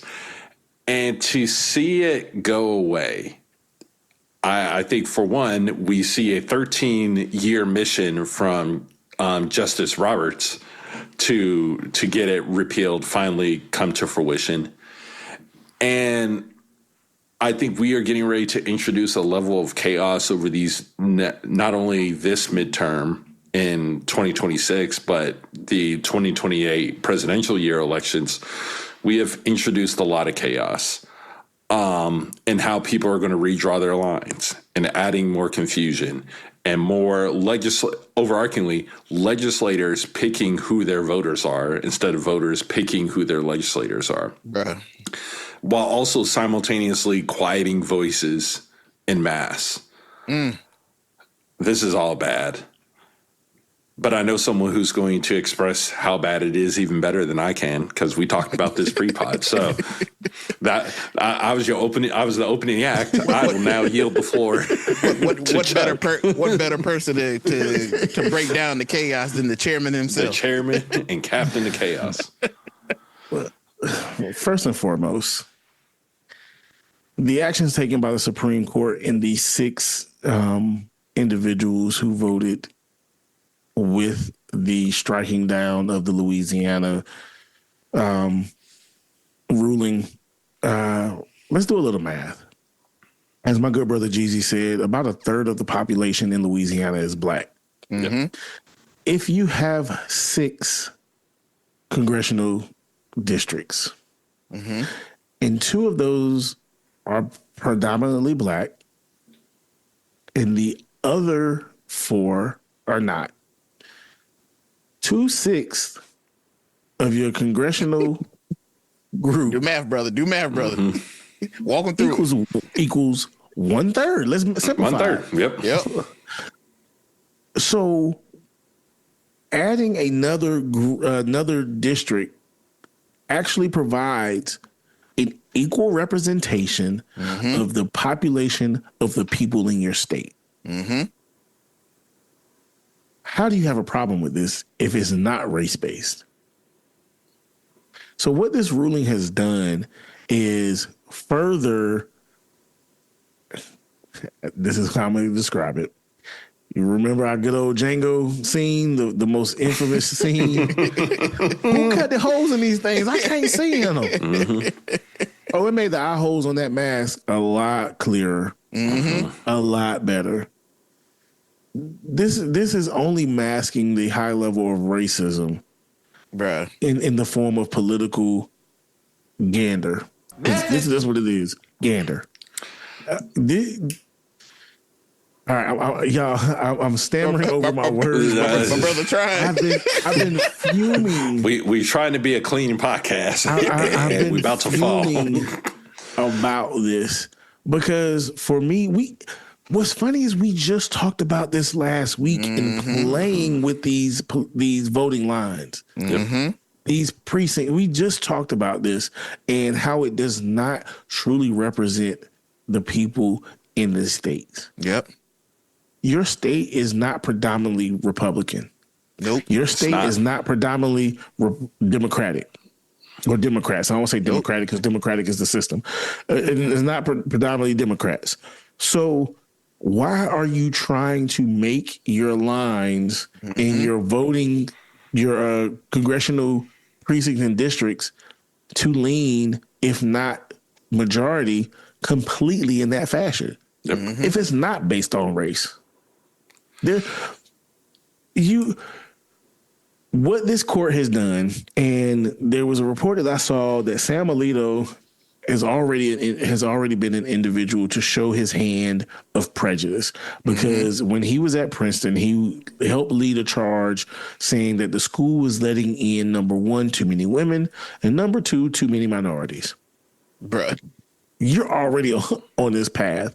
And as my good brother Manny said, Justice Roberts, I'm not going to wish death on you, but I hope you stump your toe at night on your way to bed. And good and hard. Well, and then when we talk about Justice Roberts, his argument in 2013 is that things have changed in the South. I was going to get there. Yes, sir. Go ahead, brother. I was just like, what South have you been to? Where have you been? The only thing that has changed in the South is weather and technology. Yep. Because racism still prevalent. Booming. Injustice is still prevalent. And Roberts has been arguing against this since the Reagan administration. Since definitely all of us have been born. Yes. And he lost that fight in 1982. You know, all those memos came out where he kept trying to weaken Section 2. He lost it in 82, and he finally got it this year. This man has waged a 44-year war against Section 2. Bro, if that ain't hate, that's the only thing I know that lasts that long. So what my good brother Manny was referencing in 2013, there was the first blow to the Voting Rights Act, and that case was Shelby County versus Holder, and essentially what they did was they struck down the coverage formula, which was Section 4B of the Voting Rights Act, that determined which states needed pre-clearance and effectively disabled Section 5 because no jurisdictions were subject to it anymore. And in this, the immediate impact was there was a wave of new laws that followed that allowed for voter ID requirements, and Texas did that the same day, I believe. Oh yeah. I was gonna say the states that really jumped on it was Georgia, Texas, and Alabama. Immediately, right? Mm-hmm. So look how things have changed so much, but we're still dealing with voter ID. Yep.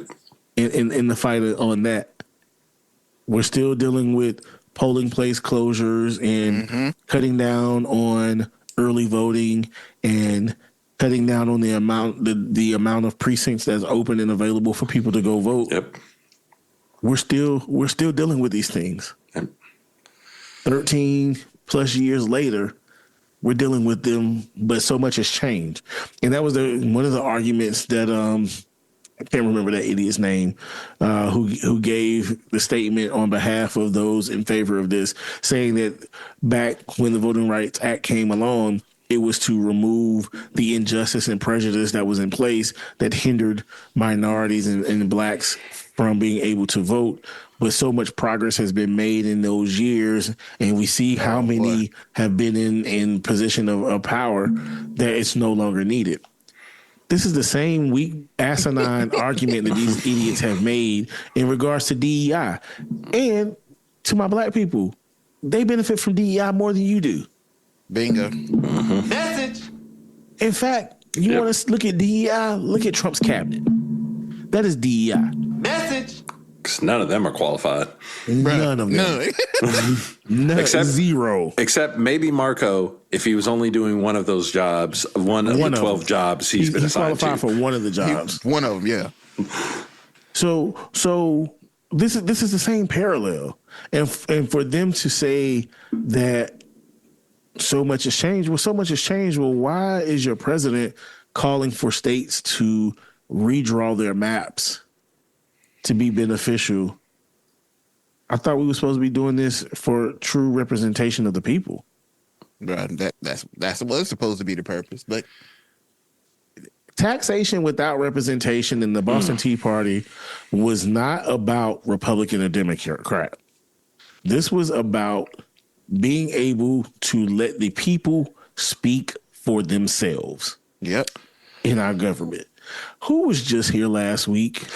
Chuck, I was getting ready to say it. I was like, I think it is ironic. So ironic. That I forget what King, what the heck is King something? It was Charles. Charles, there we go. Charles. You talking about the one who was here? Yeah, King Charles. Yeah, sorry. King Charles. Yes, I am here. That he was here on a 4-day tour, and we decided to do this. It is crazy.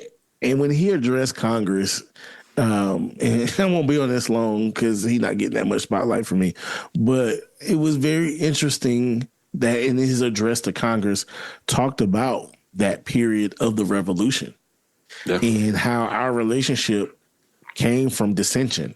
Mm-hmm. Because the whole reason of us pulling away from them is because we had no voice. Yep. We had no say over how we handled and ruled ourselves. And now in this same breath, our Supreme Court that has been stacked politically. Yeah. Because this is the body that's supposed to be the impartial arm of the three-headed dragon. This is the impartial arm of the check and balance. And it is no longer impartial. It has not been impartial for a long time. If ever. However, to come along and say, oh, you can no longer, and I was about to say it, y'all. When I told y'all I was going to say, whew, you can no longer justify drawing your maps based off race. Someone has to blatantly say that something that is racial or it's done based off a race base. You gave them an out. Yeah. Because as long as if I make it political, I can say the key words to make it look like what you want it to look like, and we can keep going. And it makes this ruling makes it hard to fight against these injustices in court. Racial gerrymandering. However, what's good for the goose is good for the gander. Boy, it's about to get ignorant. And then that I'm going to yield some time to my good brother Manny so he can start this process, because I gotta calm myself down. but yeah, it's going to get very interesting. It's going to get nasty, man. So I think one of the things that's real reckless about it is what we saw immediately after this ruling. Mm-hmm. Florida, and this is not hyperbole, literally within the 60 minutes after the ruling, Florida said, we got new maps. Louisiana came out, and I think this is insane. They suspended the primary so they could redraw the maps. Bonkers. I was like, yo. Wild. And then other states are already moving. So Mississippi's moving, Georgia's moving, Alabama's moving, Tennessee, South Carolina, they're all looking to start doing this. And what's going to add to the chaos, I think there will be a level of upheaval here, because we're going to have the fight for 218 in 2026. The real battle is going to be essentially next year. Essentially starting next year, when everyone gets their new groups together, and they have to actually they're going to start redrawing everything. And I think it's going to go look real ugly real fast, because for a Florida redraw, you don't think California is going to try to redraw, so that is 52 seats all to Democrats. You don't think Pennsylvania is going to look at redrawing, New York, and it's going to be a weird numbers game. And ultimately, I don't know, and I'm trying to pull it together. I had it somewhere in my notes and I can't find them, but I don't know if Republicans have the numbers nationally to survive this if all of these states start, optimizing their votes to one party or another. I think I know what you're talking about. I think I saw it as well. It was like a number like 264 to 191 or something like that. If everybody played this game and it shifted, to your point, New York and Illinois, both their governors have already, and Maryland have already said that they will be exploring what it looks like to redraw their maps. In fact, New York's governor has been very strong in her words of redrawing these maps and countering the foolishness that has happened. And please understand, people, we said this last week, we stand on this. Mm-hmm. Although we do not align with the notion of redrawing your maps to minimize and quelch the voices of representation of a people, we completely understand it. Mm-hmm. Because you cannot sit back and pacify these actions and cry about it with no act to respond to it. Yep. The thing for me is, at the end of the day, and we alluded to it on the previous episode, but this the previous episode, bro, last week. Literally, if you didn't listen to last week's episode, go listen to it, because we just talked about this. So it was quite odd that it happened in this fashion. But this game that is about to be played, which is a nasty game of redrawing these maps, at the end of the day, it's the voice of the people that my brother Chuck has already stated that's going to be hurt the most. And when I think about this, there is already a diminishing confidence in voting. There are a lot of people, especially a minority, that, you know, we constantly are trying to push that, hey, your voice is heard. You get out and vote. That's how your voice is heard. We as members of Alpha Phi Alpha, we a voteless people is a hopeless people. Mm-hmm.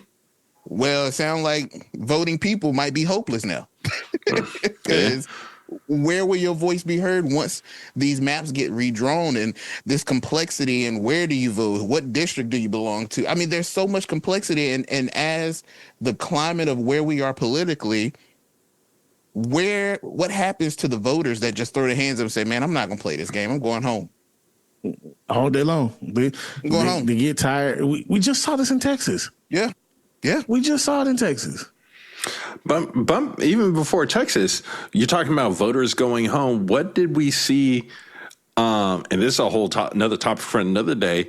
It's coming out in the Democrats' autopsy that one of the biggest reasons why they saw Kamala Harris lose the presidential election were because of Muslim voters in the issue of Palestine. And those voters either just staying home, not voting for her, or voting for the other side.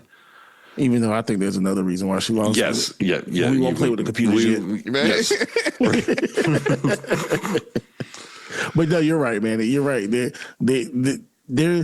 This will be a high level of discouragement, and it's gonna take the boots on the ground effort is gonna be even more prevalent, prominent, and necessary, because you're gonna have to not only drum up the support, but drum up the encouragement to get people out of the house. Yeah. Man.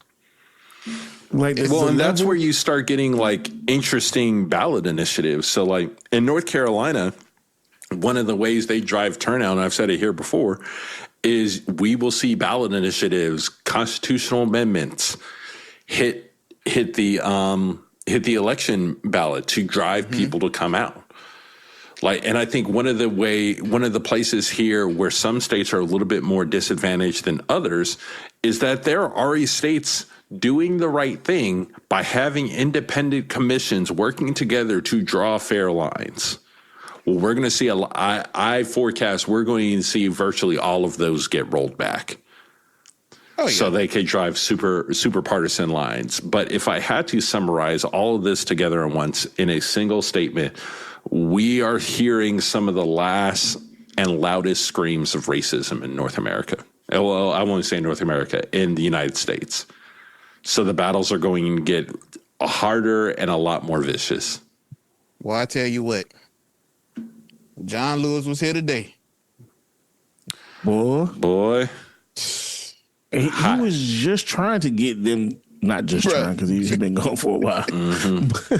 But in his last stand, he was trying to get them to solidify the Voting Rights Act, especially after the first attack it took in 2013, and then there was another hit it took in 2021. Like this. But what's crazy is like what we saw of the Voting Rights Act, it was reauthorized by Republican presidents. Yep. Reagan reauthorized it. Bush reauthorized it. Like we are seeing the same ball being dropped by Democrats with this as we saw with abortion rights. Yeah. Because the time wasn't taken to cement these like they needed to be. Yeah. We are now forever fighting this battle. And now when you're not in power, it's completely threatened. And I'm going to put a declaration and warning out to individuals who I may know or have some kind of relationship with me, and I find out that you will be a Trump supporter, you're going to have a problem with me. And the reason for this is because as the reports came out, there was a dinner that took place before this vote. And who was at that dinner? The 6 justices who voted to strike this down. Yep. Who was not invited to that dinner?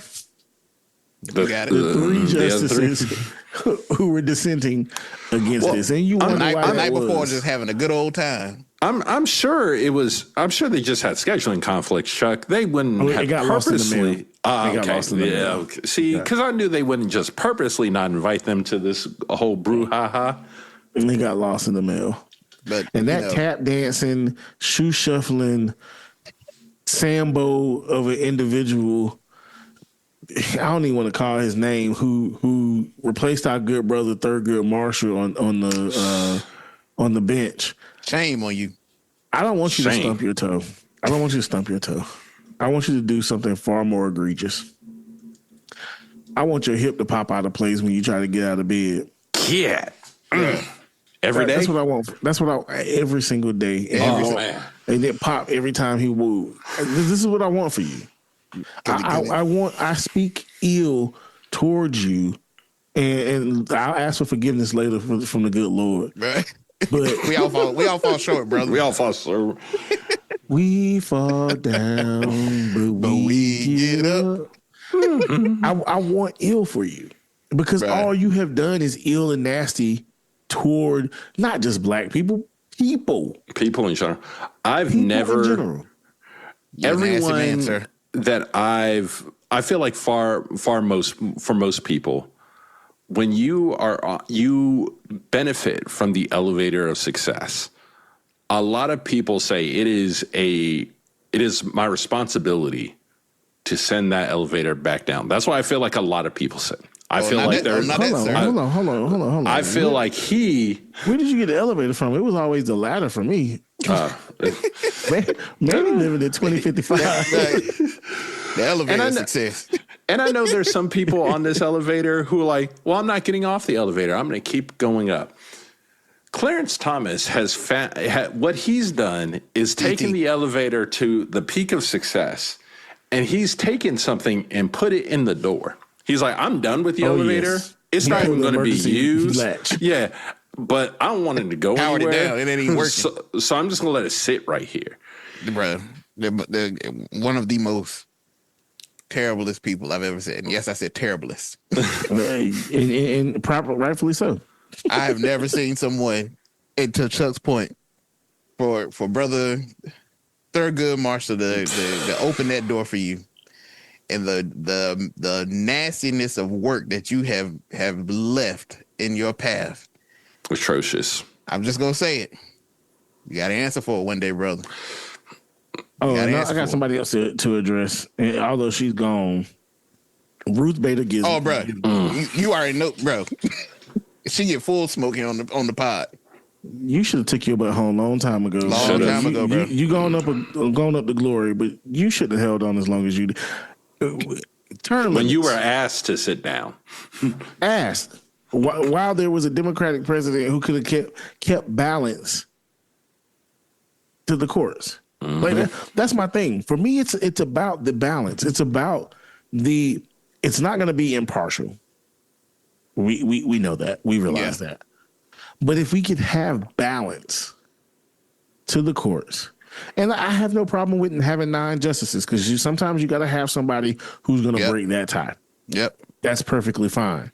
But a 5-4 balance. Yeah.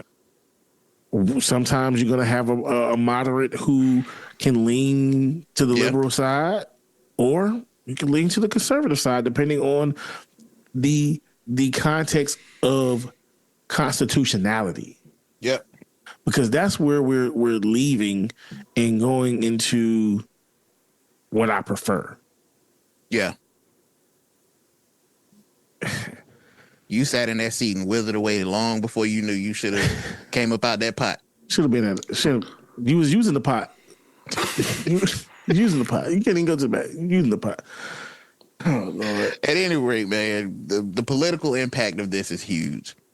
And this isn't just about Louisiana. This is about all of us. All of us. Who gets represented, who gets diluted. We fail to be a functioning democracy if the people are not able to select who represents them. We fail to be constitutional republic. We fail to be a constitutional republic when the people are not able to select who represents them. As our brother Frank said, you might as well at this point, at the rate that they're going, you might as well take the Constitution, shred it up as fine as you can in the powder, and throw it in the air like LeBron do pre-game.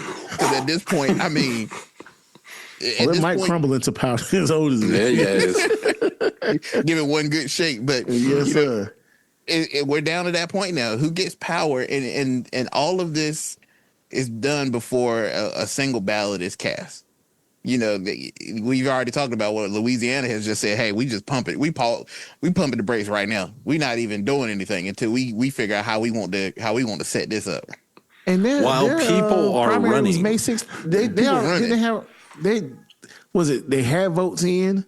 Yeah, I think the mail-in had came in already. Yeah. You got military people who are overseas, them sending it back. Yeah, they run it back. F your votes. Yep. Mm-hmm. You don't even know who represent what now.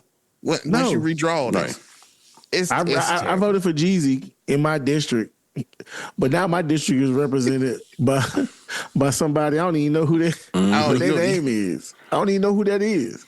Bob Woodrow. Who is that? Now I will say, in regards to Georgia, Brian Kemp has come out and said that there will be no changes to our primaries in the midterm, and they will visit. For now.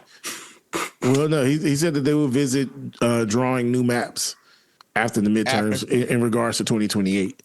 So yes, I think 2028 is when it gets real hairy. Yes, agreed. But this is also why your state races, your state legislature races that happen this year, they matter. It's going to matter. That's why people have to come out to vote. Also, and we're going to move on.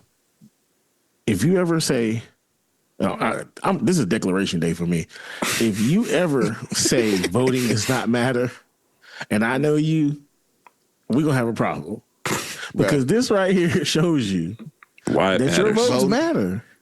I had a conversation with someone a while back that told me the same thing, and I was like, but you the same person. They get mad at it and talking about it. I don't like that judge that I got to go before for that speeding ticket because he harsh. Well, guess what? You're not voting, put him in there. You had an option. Yep. You had choices, but the ignorance of voting. That's exactly what it is. Is at an all-time high because people think it's just, I just go vote for the president. No, local government matters just as much. But man, go out and vote, man. Yeah. And if you're one of those people that don't vote, you might want to be careful saying that around Chuck because it might not go well. It may not go well. It's not going to go well at all. So, yeah, that is our coverage of the Supreme Court and the Voting Rights Act. And the crazy thing all about this is that the Voting Rights Act is still alive. Mm-hmm. It's still alive, but it's limping along. That Section 2? No, all of it is the three times that we talked about, the three.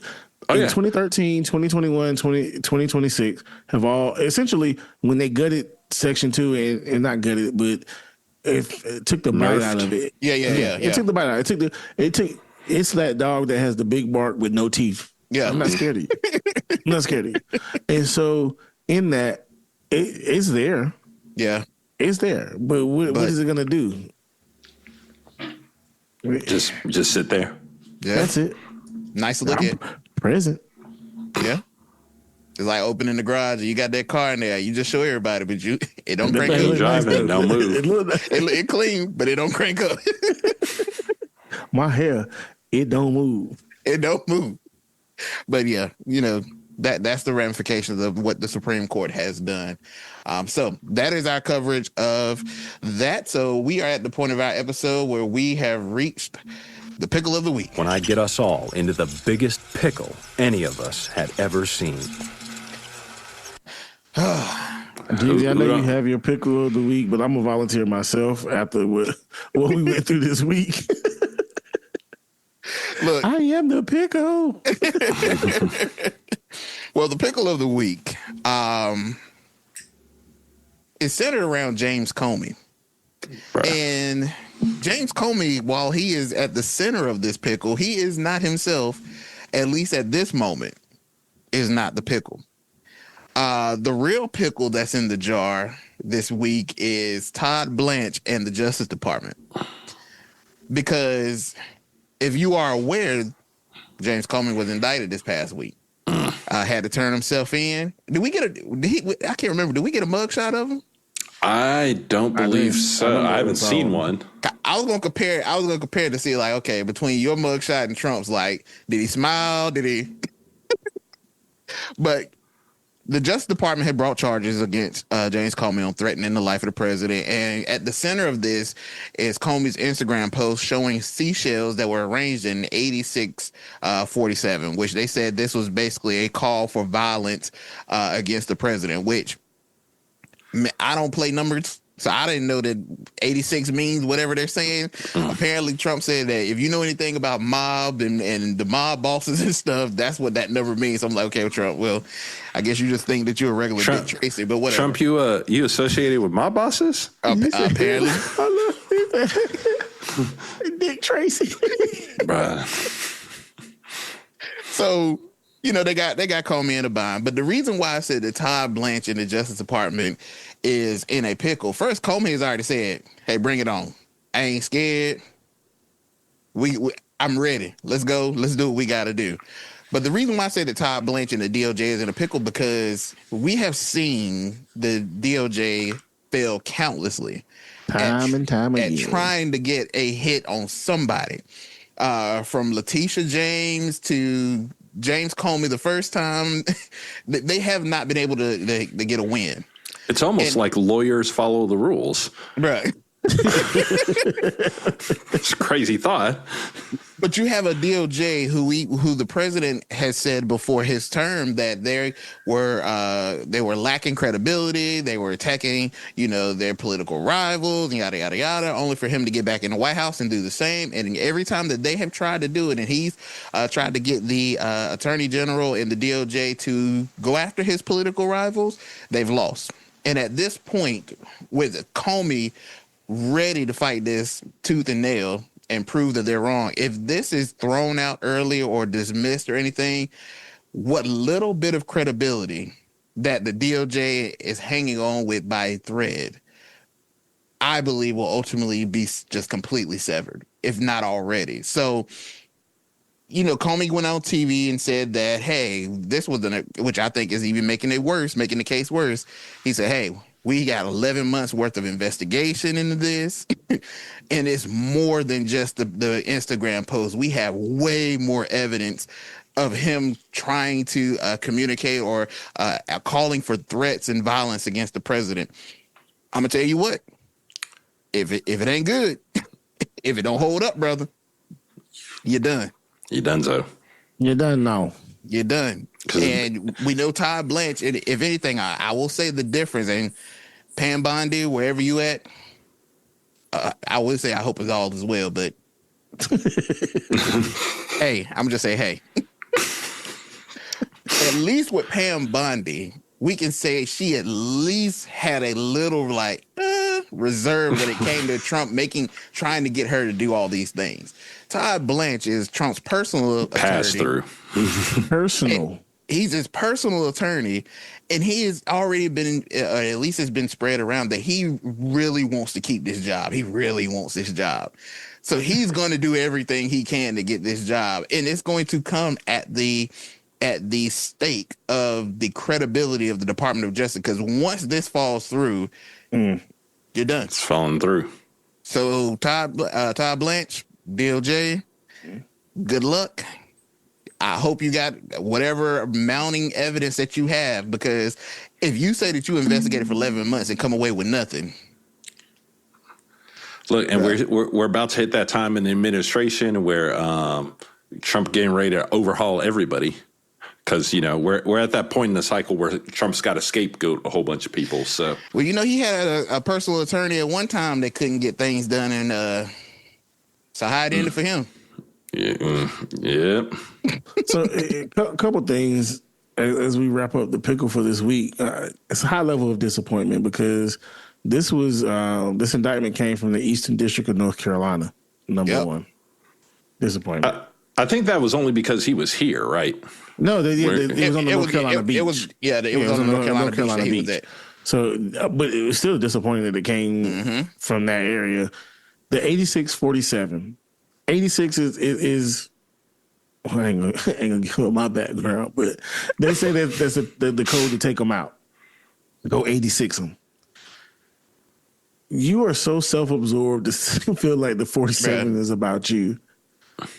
Like, how do you prove that? Exactly. How do you prove it? But also, my issue is you got 11 months of investigation. This indictment came out last week, the end of April. 11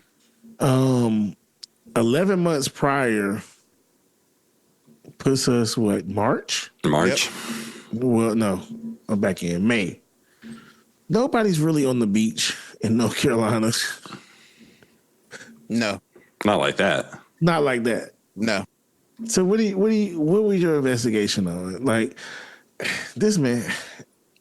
You're lying, sir. What I love about James Comey and his defiance of this is bring it on. Yep. I'm not worried. I'm not scared. Bring it on. Yep. I love the attitude. And love it. Todd Blanchard said this is going to be a public trial. And you lost a lot of those, buddy. You sure you want to do that? You lost a lot of those. They backed down Bondi last time and told her, keep playing with me. We got information that could be compromised national security. You think I put that up? You think I put that up? Hey, I still got that yapper. Yes, sir. Todd Blanche, DOJ. Peace be the journey. It might not end well for you, and for that, that's why you're this week's Pickle of the Week. James Comey, Brother Comey, hold your head high, brother. Fight the good fight, brother. Hold your head. So with that being said, we've reached the end of our episode, and as you guys always know, at the end of the episode, we like to give you our spotlight of the week. So, Brother Manny, what's your spotlight for this week? Man, so we're getting a little bit interesting here. So Walmart, good friends at Wally World, is rolling out digital electronic shelf labels. So those little small LCD screens, and replacing their paper tags to every one of its over 52,000 stores by the end of 2026. And they are the largest retailer to deploy this type of technology in history. Walmart's really focused. They're like, hey, this is about efficiency, but there's a concern that a lot of people have, including yours truly. And that's around surge pricing. Imagine, all three of us, we're having a cookout and like, hey, we got to go get some ice cream for the kids. Well, it's a hot summer day. And the Klondike bars that we would usually grab, I'm sorry, I like Klondike bars. Klondike bars are good, bro. It's okay. I didn't know everyone's stance on the Klondike bars. What would you do? Yeah, we old school here. Or my favorite Kanye line. Stop. So, let's say we're used to it always being $5 for a six-pack. Well, because it's 95 degrees outside, it's a little bit warmer than usual. It's $7. And that's part one of the fear. Part two of the fear is that with all the increased information and data that they have around surveillance technology, is that, well, geez, it's $6 for you, and for me, it's $8, but for Chuck, it's $10. Just because they know that you can pay it. And some of this technology is already being rolled out today. A couple months ago, Instacart was at the center of a giant scandal where the same products that were ordered via Instacart by different people at varying times would cost somewhere between the realms of $1.40 to $1 more, depending on who was putting in the order. Mm-hmm. So there are a lot of concerns about what this could be used for, and eliminating like transparency in terms of what Walmart has said. They're saying, hey, this is all about accuracy and eliminating shelf to register mismatches, and also removing 2 days of manual work that it usually takes to take something from paper and update the price. So it's really concerning. So not only are we seeing a higher infrastructure, but there's a real concern around there. Going back to the Instacart probe by Consumer, and it was Consumer Reports who did this probe on Instacart. Their variations that they were seeing in prices were up to 23%. And that would essentially play itself out to about $1,200 more a year. Visco Group, the company that is the company that Walmart paid $1 billion to supply the labels, already supports computer vision and in-store analytics on its platform. So the leap to like operationalize or really to implement a targeted pricing tool is not theoretical. It's a couple months away. It's a feature release away. And for a consumer base that is already stretched, that is already being squeezed for every dollar and every dime, this becomes problematic and could lead to a world where everyone is charged based on what they can afford to pay than what it's actually costs in the most negative of ways. So you're already starting to see some discourse online where people are like, I'm never shopping at Walmart again, that this is bad for the industry. And we'll see how this plays out. But Walmart has patented lots and lots of technology around doing that. But Walmart Walmart is the only place. Kroger, Whole Foods, and Amazon Fresh, Aldi's doing it, Target's doing it, Lidl, Heb, Dollar General, Kohl's. Kohl's has been doing this for over a decade. There is some legislative and regulatory stuff that people are doing. The Stop Price Gouging in Grocery Stores Act of 2026 has 50 plus co-sponsors in the House, and that would essentially ban electronic labels in grocery stores that are over 10,000 square feet, ban surveillance pricing, and require facial recognition disclosure to the FTC. And it's going to heat up. There are a lot of questions here and what they could do. We'll see not only what Walmart does, but what also happens legislatively. But this is something that everyone needs to keep their eye on, because everyone buys groceries, everyone buys products, and yeah, it could go very not well. And that's my spotlight. That only tells me I need to go back to the hood. Yep. Find the resident neighborhood booster. Mm-hmm. I know somebody who won't do it. Piggly Wiggly. Look. The pig ain't about to do that, bro. The pig looked the same way it looked when I was going with my grandma in the 90s, bro. You know what? Next time I'm in Greenville, I think I'm going to take the girls up to the Piggly Wiggly. Just so y'all can see. It's like going to the museum. Yeah, bro. It's like going. And bags the same color and everything. It's interesting that Walmart is going in this direction, but you won't have tap to pay. Bro, they piss me off about that, bro. All the other technology, no tap to pay. No tap to pay, bro. Brother Chuck, what you got? Yeah, so my spotlight this week, something that I came across that was very interesting to me, the California billionaire tax. And what this is there was a measure that was put forth via a petition. And the petition was set to have a minimum of 875,000 signatures to have a measure put on the November ballot to levy a flat 5% rate tax for the year of 2026 on all billionaires in the state of California who have assets worth over $1.1 billion. Now, before I give you the number of how many signatures they got on this tax is interesting from the standpoint it's based off their assets and not income. Most taxes are done in this regard is based off the income.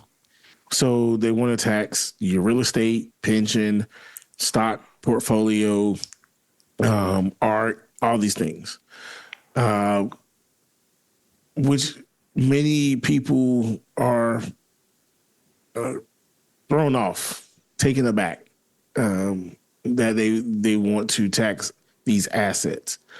The provisions in this states that all billionaires who lived in the state of California as of January 1, 2026 would be taxed on these assets.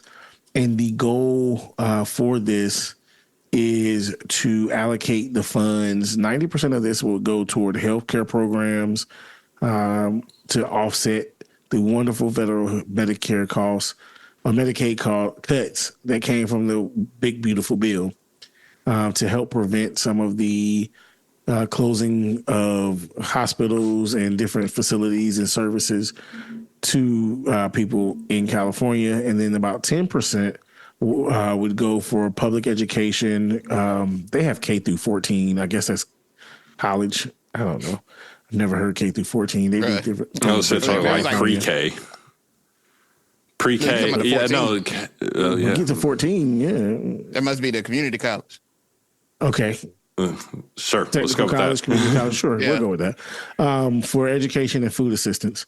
And then the estimated amount that could raise from this is about $100 billion. Now, I'll give you all that to say the number of signatures that they received to put this on the ballot was over approximately 1.6 million signatures, which is more than almost double the required amount to add it to the ballot.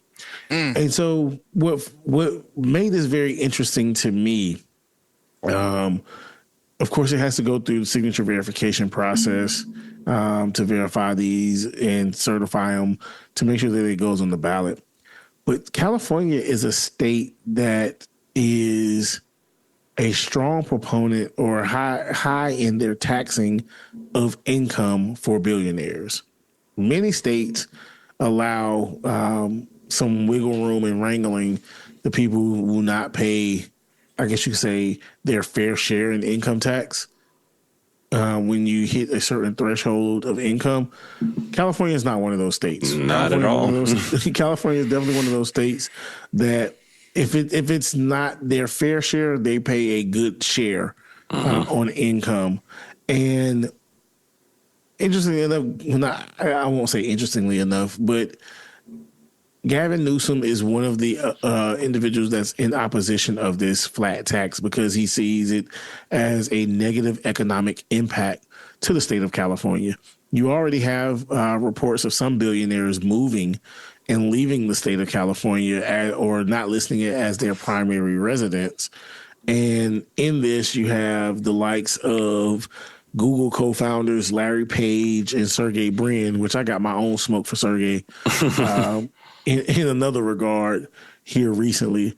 But there's some of the prominent individuals who've already relocated to the likes of Texas or Nevada to circumvent this. And you have some people moving to Florida to circumvent this potential flat tax. You have those who say, I love California, I'll just pay it. And how they can pay it is a one-time payment in 2027 for the full amount, or they can opt for 5 annual installments of 1% per year.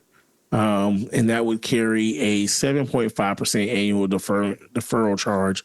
Nobody's going to pay interest on a tax. So many of them who were to be there would still would more than likely pay it in whole. But for me, it was very interesting because if this was to go into effect, like I said, they still have to vote on it. But if it was to go into effect, it's going to impact them in multiple ways.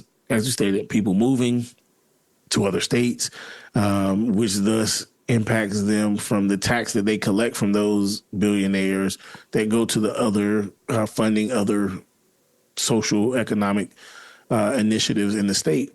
But I can also see this coming into play in other states like a New York or Illinois. And as Manny and I discussed, it could also impact North Carolina because it could be one state that the billionaires are deciding to move to avoid, this flat tax. But North Carolina's tax structure is not as robust as California is in making them pay a decent share. Oh, hey, education. Didn't see you down there. Didn't see you. But that's my spotlight. Like I said, it's very interesting when it comes to taxation without representation. All right. Well, before we get out of here, I'll give you my spotlight, and it's something that's kind of already has been mentioned in the episode. But I want to bring it a little more to light to cap off this episode. So my spotlight is something that looks ceremonial on the surface, but it felt much deeper when you really listen to it. And it goes back to King Charles coming to America. And my brother Chuck pointed out that he stood before Congress and he gave what was called a subtle but striking warning. And he did not come out attacking anybody by name. He did not turn it into a campaign speech, but he used it as a moment to talk about the values that are supposed to hold a free society together. And that was democracy, checks and balances, alliances, religious tolerance, and the responsibility to protect the planet. And here's what makes this, to me, we used to do all that. That's what makes this so interesting. We were proper people. What made this so interesting to me is that this was a king reminding America about the values of a republic. And to me, that was almost poetic, if you will. America has always seen itself as a country that teaches the world about freedom. We talk about democracy. We talk about liberty. We talk about being the example. But in this moment, the mirror was being held up by someone from a monarchy. And that should make us pause. Because the warning was not loud. It was not dramatic. It was not delivered like a breaking news alert. It was kind of the warning that comes wrapped in diplomacy. But if you listen closely, to me, the message was clear. Democracy does not protect itself. Check and balances do not happen if leaders ignore them and citizens excuse it. Alliances do not survive if every relationship becomes transactional, and trust does not survive if people only believe facts that help their side. And freedom does not survive if we only defend it when it benefits our team. That to me is the spotlight, not just because King Charles said it, but it's because that America needed to hear it. Well, because what we're living in is a time where political loyalty can become stronger than constitutional loyalty. We're living in a time where people will excuse behavior from their side that they would condemn instantly from the other side. And we are living in a time where democracy is not always attacked with tanks and soldiers. Sometimes it is weakened by silence. Sometimes it is weakened by apathy. Sometimes it is weakened by people deciding that winning matters more than doing what's right. So my spotlight is a challenge. And it's a challenge I want to leave our listeners with, and it's this. Don't just ask, is America still great? Ask, is America still honest enough to be corrected? Woo. Because if a king can stand in Congress and remind a republic that freedom is fragile, then maybe the real question is not whether the warning was subtle. Maybe the real question is whether we still have enough humility to listen. And that is my spotlight of the week. Well, the doors of the church are open. If you need prayer, I ask that the prayer team come down to the altar. And if you need prayer, bro, come on down. Come on down. I don't think people realize what the king said, and like Chuck said, we ain't gonna give him too much. But he preached a mouthful. He preached a sermon. Right on that, man. He preached a sermon. So I hope our listeners take that and in America look ourselves in the mirror. It's sad that mirror has to be held by a king, but it's a mirror that needs to be held nonetheless. So and not the fake king. Yeah, not right. Two kings. Insane. I was wondering why he was here. I was like, man, I wondered they took the king over to Hitchin Post, get some of that fresh fried chicken. You know they didn't. No, they didn't. Not at all. You know, he used to eat them Brussels sprout biscuits and beans and mashed potato with no salt and pepper. Get a king some of that good mumble sauce. He might want to come back a couple of times. Leave Camilla at home. Boy, yes, sir. All them flavors would tear his stomach. Right. All the shambles. Would mess him up. Well, he wouldn't know what to do with all that seasoning. Be burping, acid reflux all flared up. But to our listeners, first of all, always like, share, follow, spread the word of Pardon the Politics. Visit our new website. Oh, yeah. Our new website is up and running. Please check that out on our socials. Link. Do you have the address, Manny? PardonThePolitics.com. There we go. Simple. Made it easy for you. Made it just as easy as we can be. But and secondly, as we always say, we hope this episode finds you in the best place possible. And if not, just know the boys here at the podcast. We love you. We love y'all. We love you. We love you. My brothers, anything, all hearts and minds clear? All hearts and minds are clear here. They're clear, but they're not peaceful. Love your neighbor like you love yourself. And if you don't love yourself, yeah. How can you say you love me and you don't love your brother? Look, as Miss Tabitha Brown would say on her show that I Pray My Children, if you can't have a good day, don't go messing up somebody else's. Amen, brother. Amen. Amen. Well, to our listeners, we love you, and we hope to catch you at the next episode. As always, take care, world.